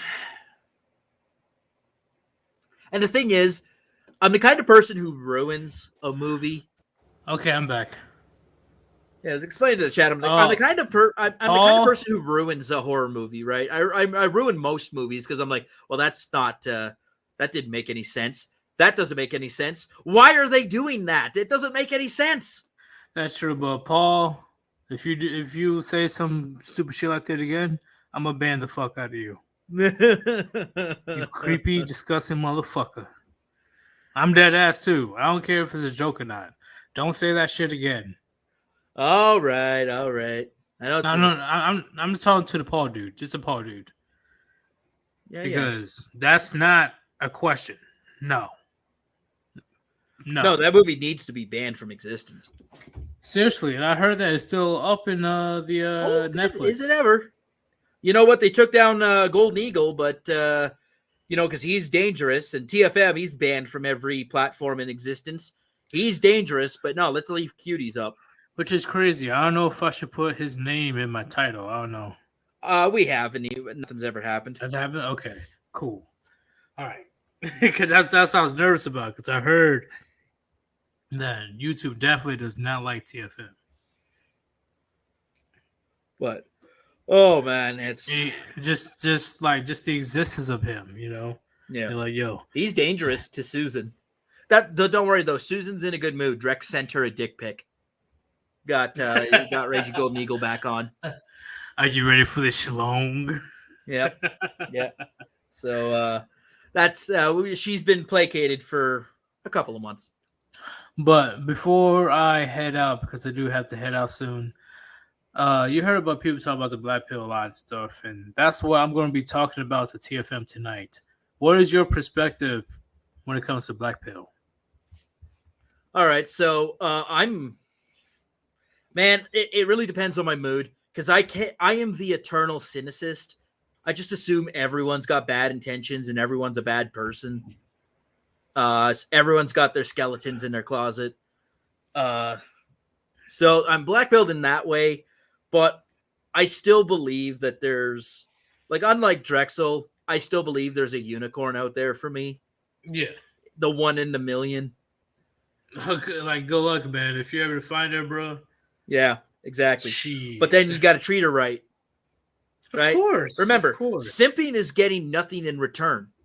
It's perfectly fine to simp for a unicorn that, you know, you're dating, you're marrying, she feeds you, she takes care of your family. In my right? opinion, Like- it's not. In my opinion, it's not simping, because simping is giving this random woman you don't even know all these Money or boyfriend, attention. fiance, or wife, or not wifey, husband privileges, and you get nothing in return. Yes. So Nick Bricada simping for lady rackets is perfectly fine. Anyone else simping for someone else's wife, that's wrong. But in my opinion, you definitely need to keep your masculine frame. Okay, it doesn't matter if it's your girlfriend, your fiance, your wife, your mother, who the fuck it is. Okay, Well, women You need- huh?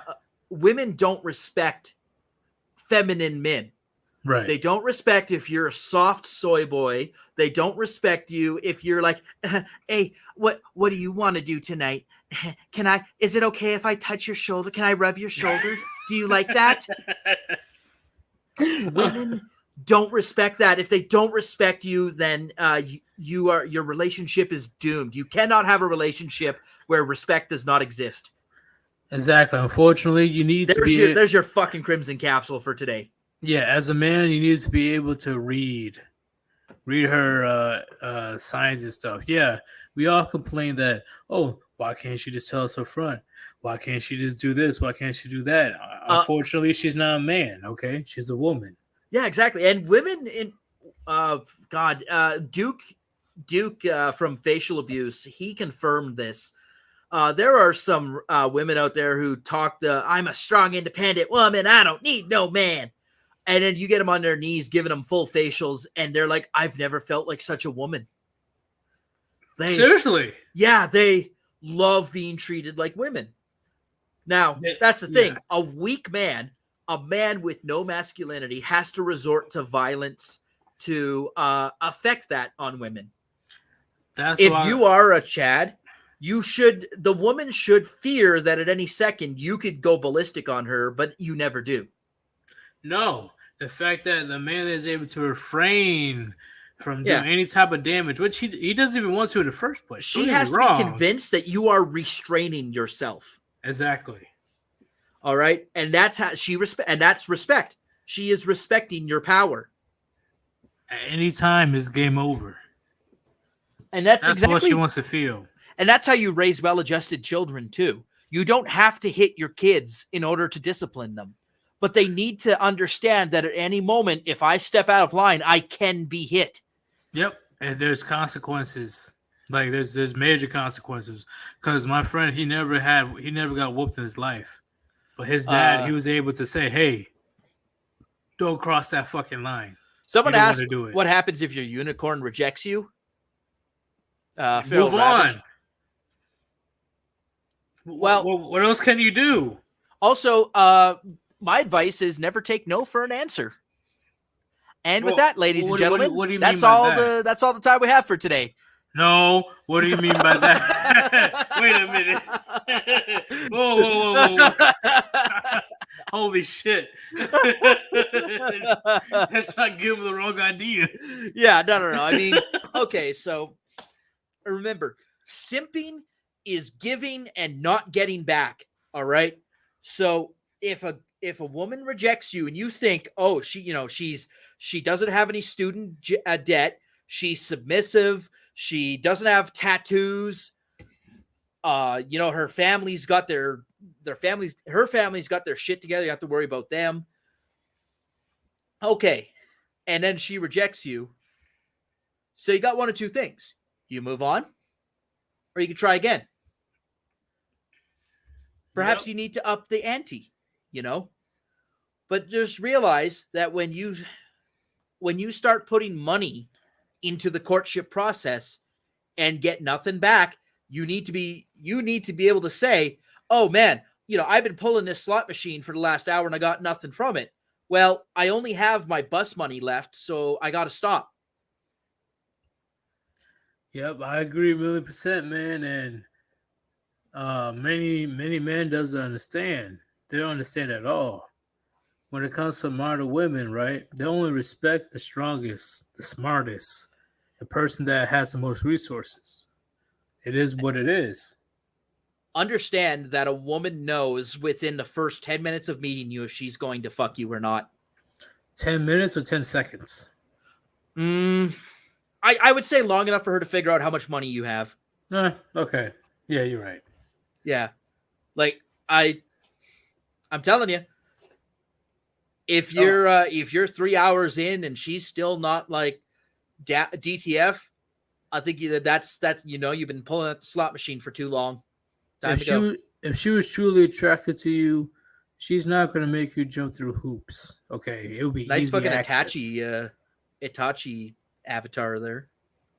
Where? Or is that Or is that Orochimaru? Nope, Itachi. Depends on her RAM. Yeah, we got to go back to that fucking man. I wish I could just. I don't even want to talk about what came after Shippuden. You gotta fix that plot, man. How was Nagato not the final boss of that entire series? He uses talk no jutsu. Naruto. Yeah, so I see you're a fan of Suikage. How'd you know? By the way, his video, the 5 most broken Naruto abilities, that is the funniest video on YouTube right now. Man, when it comes to Itachi, man, they had to nerf the fuck out of him. There's no way. He's too strong. He's too strong. You can't. There's no way he would. There's no way anything would be allowed to happen if he was still alive. So what do you think Itachi died from? Well, he died from that. It was the unspoken disease he had. You want to talk about a disease that kind of makes you keel over? It's probably a blood-borne disease, right? Something like that, because he'd always cough up blood. So you might have had something like sickle cell disease or some type of anemia, something like that. Do you think it's because of disease, or do you think it's because of his usage of this? Well, I'm sure the stress of his body. Now, man, I'm not an anime nerd. I only know surface level knowledge of Naruto, but the way I understand it, if you still have chakra, it's really hard to kill someone. Yeah. So think of it as like your life force, right? And once you have exhausted your chakra, now you have a mortal human body where any wound can be fatal from bleeding out. So I think the stress of fighting Sasuke and burning up all his chakra left his body in a state where he wasn't using his chakra to keep him alive. So do you think that his illness was just like what he was born with? Might have been what he was born with. Might have been something he developed. Yeah. Difficult to say. Because he didn't show any shines. He didn't show any signs when he was younger, of any type of illnesses. Okay, so the theory, there could be another theory. You know how Solid Snake had accelerated aging, right? Yeah. What if Itachi had a similar issue that causes him to age abnormally fast? Because you look at all his accomplishments when he was really young. They said that at 8 years old, was it? Correct me if I'm wrong, chat.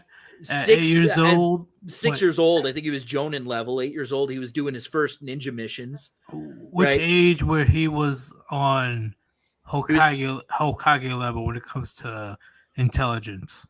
I would say, 13 is when he exterminated the Uchiha clan. Right. Which means like taking out several, Genin level ninja by himself. He soloed a whole fucking clan, man. Okay, so 13 years old, he was Hokage level only when it comes to intelligence, in my opinion. Just intelligence. I mean, I think once he got the Mangekyo Sharingan, he was Hokage level in power too. I think he would have held his own against Minato. But did Minato hold his own against Obito? True, but also the level of knowledge. Understand that Obito's biggest weaknesses, or Obito, however fucking inflection you use to say it. Yeah, I can't even say his name right. Obito's biggest strength is that no one understood his power. That's true. Itachi, on the other hand, Minato learned very quickly, though.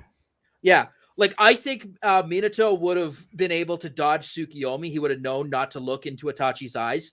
Yeah, and then he moves fast enough that it'd be tough to hit him with Amaterasu.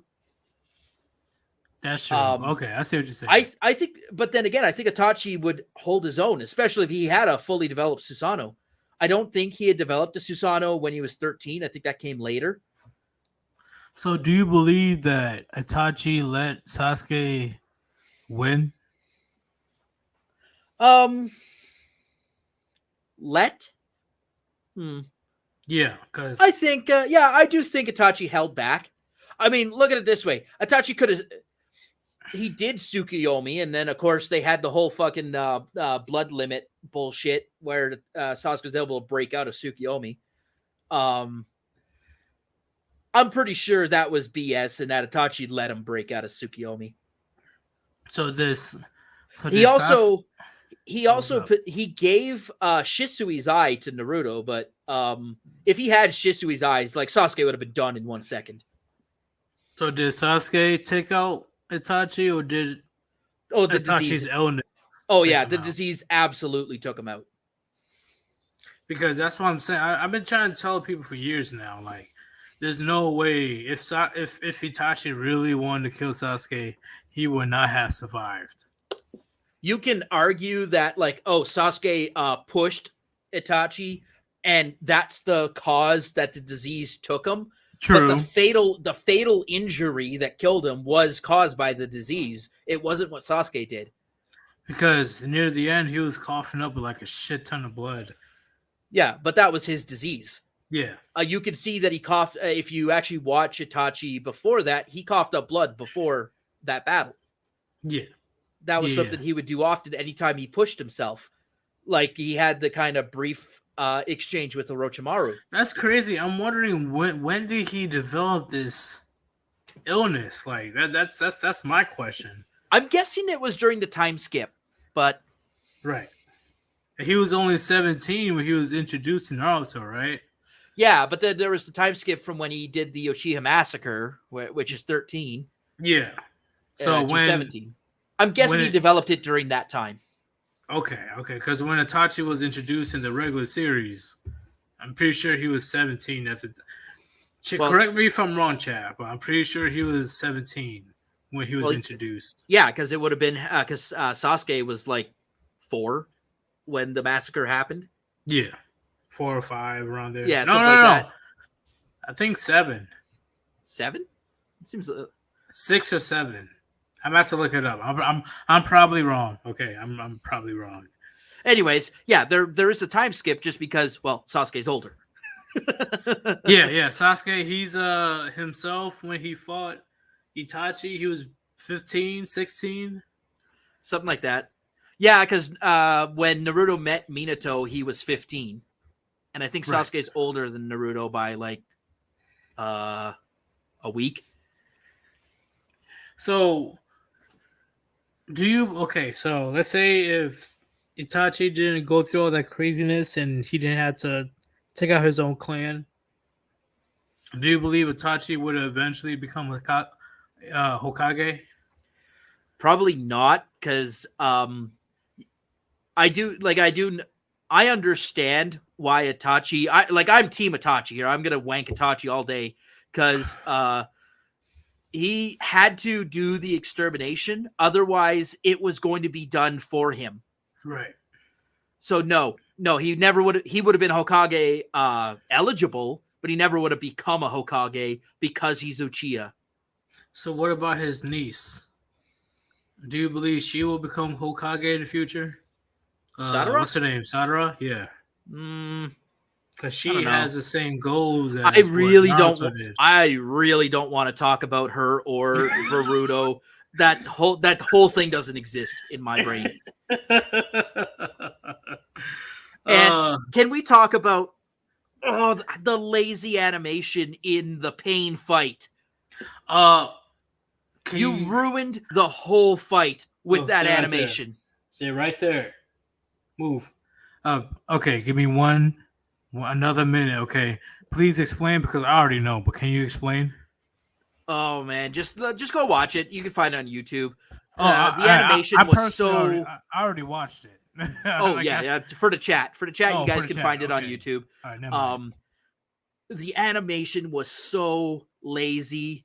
I was so hyped to see the dub version of Naruto versus Pain. I thought they maybe would fix up the animation a little bit. It was awful. It was so god awful. We're talking like 7 Deadly Sins level of awful animation. I think it had a 5 frame per second frame rate.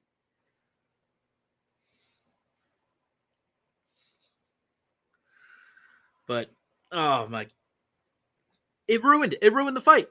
The fight was so good and the animation ruined it. But that should have been the end of Shippuden. Like, he's Naruto comes back, he's being thrown by the crowd. Yay, hey, okay. That's when the path to Hokage happens. That's when he's the hero. All right. You could skip everything that happened after that and just go to like him and what's her name? Hinata's wedding. And that would be so much better of a story. Hey, Naruto scored when it comes to Hinata though. I'm like, nice. I'm like, all right, bro. I see why you're looking over her. Gotta use that shadow clone jutsu. If you get my drift. Okay, now here's a question: if a shadow clone knocks her up, that's his kid, right? Yes. So when you undo the shadow clone, will he like suddenly remember banging her? I thought that shadow clones can feel and yeah, and then when you like undo the shadow clone, you gain all the knowledge they had. Yeah. So do you like remember that nut? You know what I mean? That's a good question, actually. Oh shit, I'm stumped right now. Infinity Serpent says shadow clones can't reproduce. I mean, why not? Shadow clones can't. Oh yeah, bullshit. I'm pretty sure they can reproduce. Fuck out of here. Are you saying like they don't have like the DNA? They don't have the DNA replicating machinery. Okay, what's the limit? So you're establishing that a shadow clone is not a perfect DNA copy of a individual. So then, what is the limit? A nut is a nut, right? It's true, right? Because when Naruto returns his shadow clones, he's able to know and feel whatever happens. Yeah, exactly. So like, oh yeah. that was my best nut. Shadow Clone 364. Wait a minute. Damn, that was a wait, you guys did a gangbang? What the fuck? So that's the thing. Like, so when it comes to shadow clones, he can't read their mind or anything, right? So there is something to clarify too. There are different clones. You can do a wood clone. You can do water clones. The shadow clone, being the S level jutsu, is superior to all of those. And what the whole gaining the knowledge and everything is why. So Naruto can impress his teacher, I assume. Iruka, what his name is? I forgot his name. Iruka Sensei. Yeah. Yeah, that's the one that had the big scar across his nose. Yeah, he's a very cool. The fact that Naruto asked him to be his dad, to stand with him for his marriage, I'm like, I'm crying. I'm I'm crying. not crying. I'm not crying. Bro, I'm crying manly tears right now. Oh man, those hidden onion ninjas are at it again. Damn you and your onions.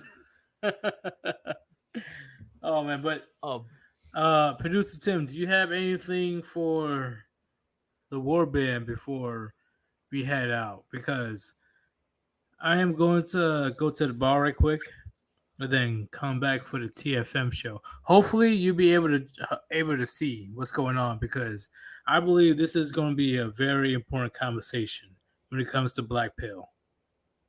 Okay, yeah. What time are you guys rolling, and what time zone?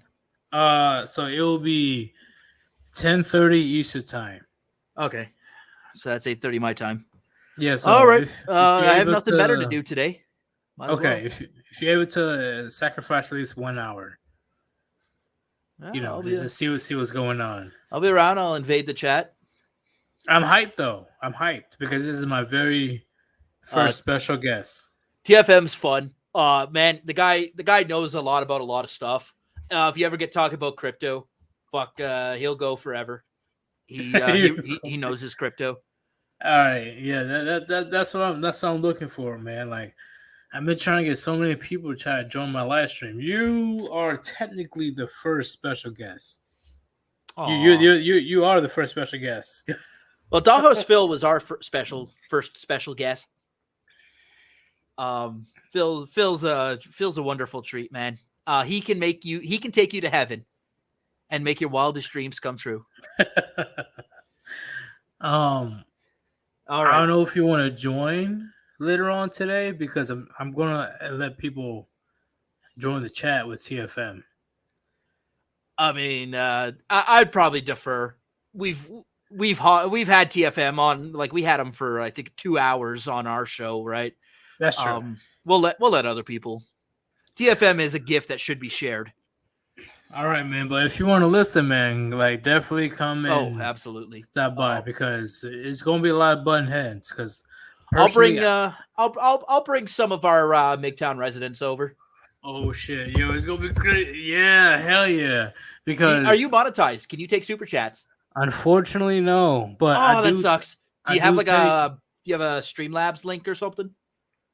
No, but I have PayPal. All right. Well, just make sure you put it in the description. Yep, I'll do it right. Well, do you see? No, know what? I'm gonna do it right now. Fuck it. Give me 1 second. Oh, so many tabs. What the fuck? TFM hates crypto.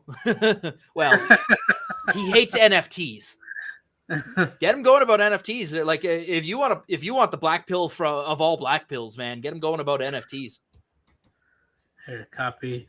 So I need to get a picture of TFM's he'll just ask him for one. He'll send it to you.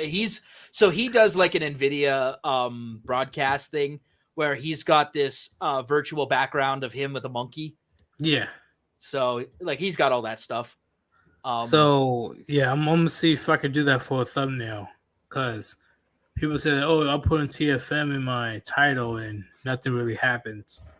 So yeah, I'll show my stuff before I go. Give me 1 second.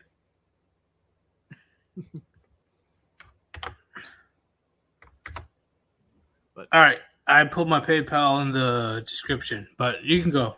Yeah, perfect. I got, and what I'll do is I'll bring over the MGTOWN residents. You guys got you got a good name. The Warband's a good name. It's not as catchy as the residents of MGTOWN. You got to pay your property taxes, man. You got to pay your MGTOWN property taxes. All right. I understand. You can find us at mgtown.show/about. It has links to all the different ways you can find us. mgtown.tv/@MGTOWN podcast, youtube.com/MGTOWN podcast, patreon.com/MGTOWN podcast, subscribestar.com/MGTOWN-podcast. Man, we're on everything. They're everywhere. Get yeeted off Twitter. Definitely put the link down in the chat, and I'm going to put it in the comments. Yeah, you got to wrench me. It doesn't let me put links unless I'm wrenched. I thought I already wrenched you. Did you? I thought I did. No, yeah. I'm not there. Now I'm wrenched. I was about to say. I was like, what? It literally just kicked in. You're a moderator. I was about Cool, to say, sweet. goddamn YouTube. All right. Also, you can check out our very own merchandise shop. We only got a couple shirt designs on there. I hope to launch some more in the new year. One of which will be the Crimson Capsule. So you can do, like I said, all the links to all the different ways you can find us are here. Maketown.show/about. The shop is maketown.show/shop. And we don't use Teespring or anything like that, so we're not going to get, or Shopify, we're not going to get yeeted. I made that shop myself. Yeeted. And of course, if you want to catch up with the YouTube, we did a 8.5 hour 1 year anniversary stream December 4th, 10 days ago. You guys want to catch up on that? You'll find it on our channel, youtube.com/Maketown Podcast. And there you guys go. There's my links. Everybody in the chat, go ahead and subscribe to Midtown Podcast, all right? Definitely a very chill podcast where they're talking about current events, anything that involves with MGTOW, Red Pill, or anything within the manosphere. Definitely go subscribe to them because I'm going to be a reoccurring visitor over there. Oh, yeah. We'll have you in on Saturday there. We're going to all things Crimson Capsule. All things Crimson Capsule. It's going to be crazy, okay? I'm going to be networking like crazy when it comes to the manosphere because right now things are not looking good for us, especially because of Fed and Simp. Oh, man. Fuck those motherfuckers. You guys. But yeah, you know what? You have to be. This is my parting wisdom. You can never be mad at people who take advantage of simps, right? Just like you can't be mad at a kid who cuts their finger, burns their hand on the stove when you told them the stove is hot, don't touch the stove. Yeah, that's true. But at the same time, they're the ones that... We warned you. You didn't listen, and you simped. Now you have to confess your sins to the priest Drexel. Forgive me, Father Drexel, for I have sinned. I have simped. No, I'm saying that I don't disagree with you, but at the same time, it's like these young men, they think that Fed and fucking fraud think that those two are the pinnacle of what Red Pill is, which is pissing me off right now. Yeah, like, you guys go at fellow creators sometimes. I know Chronic's gone after, I think it was Coach Greg Adams. He's definitely gone after Donovan Sharp. He went after Fresh and Fit again. Oh yeah. I know you guys don't like them. we used to shill their stuff all the time. Just like, hey, check out this video on Fresh and Fit, or these guy on Fresh and Fit said this. I mean, that's the thing I've been doing this for over a year now. We're in year 2. A lot changes in a year. But right now, they need to take back their copyright strikes or their channel will be deleted, which they take another L. Take an L and take a seat. All right. Thank you for joining, man, bro. Like, I'm serious, man. Like, hopefully you come back to the live stream. You're definitely fucking amazing to talk to because we can talk about numerous topics with no issues, no nothing. Yeah. Like I said, if you want to talk movies, Drex is your guy. I'm video games and a little bit of anime, but not a lot. Have you seen Redo of Healer? No. What All right, is that? It's a pretty spicy, ecchi anime, so it is not safe for work. But it's about it's kind of set in a fantasy medieval setting, where everyone's got like these classes. They're heroes, and they have classes. So our main character is a healer class, and he gets fucking used, man. They use and abuse him. They're fucking this huge guy's taking his cheeks, and Jesus. Yeah. So he gets the power to like turn back time. So he does a redo of everything. And then he gets his memories back and he starts exacting revenge on the people who like wronged him. And there's a scene where he's getting revenge on his big-titted princess. And he first starts by he uses heel on his own dick because she's he views her as a pig, so he can't get it up. So he uses heel on his own dick and then cock slaps her with it. What the fuck? And then he Jesus, puts man. a hot poker into the fire, and she makes her beg for his rod, or he puts the hot poker in her. What the fuck? Yeah, it's just like revenge fantasy porn anime. That's an actual game. It is savage as fuck, man. Anyways, we like to ask people in our server, poker or no poker. Oh yeah, Island Hermit, man, he got his cheeks taken many times. Do you have anything in particular to say to the Warband before you head out? Yeah, fucking figure out your shit, stop getting high, and get on our show. Yeah, that's pretty much it. Get on his show. He's gonna hunt you down. Ribby and Chronic in particular, that's aimed at both of you. Fucking, I've got contact to both of you guys. You just got to get off your ass and get over here. You're missing out, man. Missing out like a motherfucker, but really, Producer Tim, thank you for joining the live stream. It has been an honor because technically you're the first special guest I've had.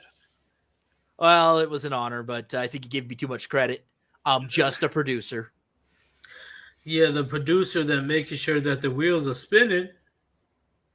I mean, that's what producers do.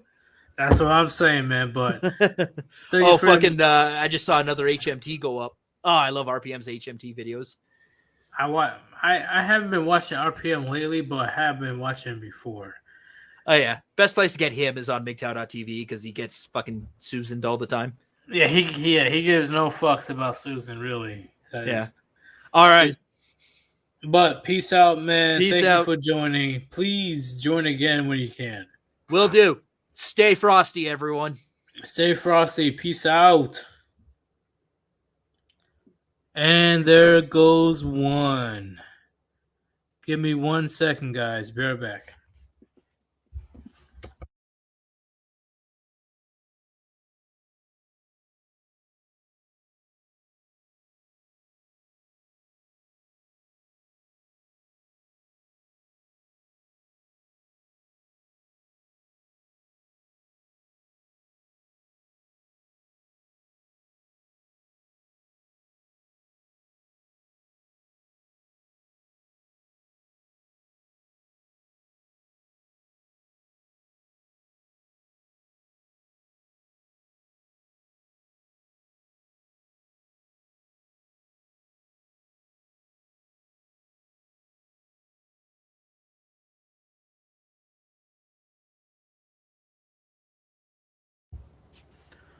All right, guys, I'm back. If you have any type of questions for Sir Yeetus or a question for the Warband in general, I'm going to be here. I'm going to wait for a few minutes to see if anybody has any questions. Please do. I'll answer your questions right now. I got a window. I can answer your questions.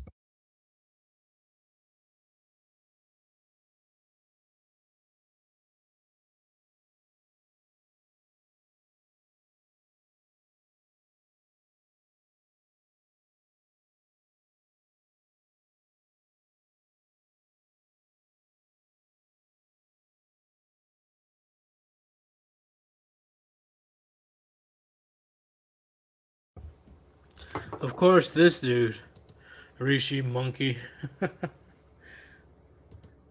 So did house cleaning. About to have lunch myself. Oh, this other stuff. Well, says nobody wants to have any type of questions or call-ins or nothing. I'm about to end the stream here, okay?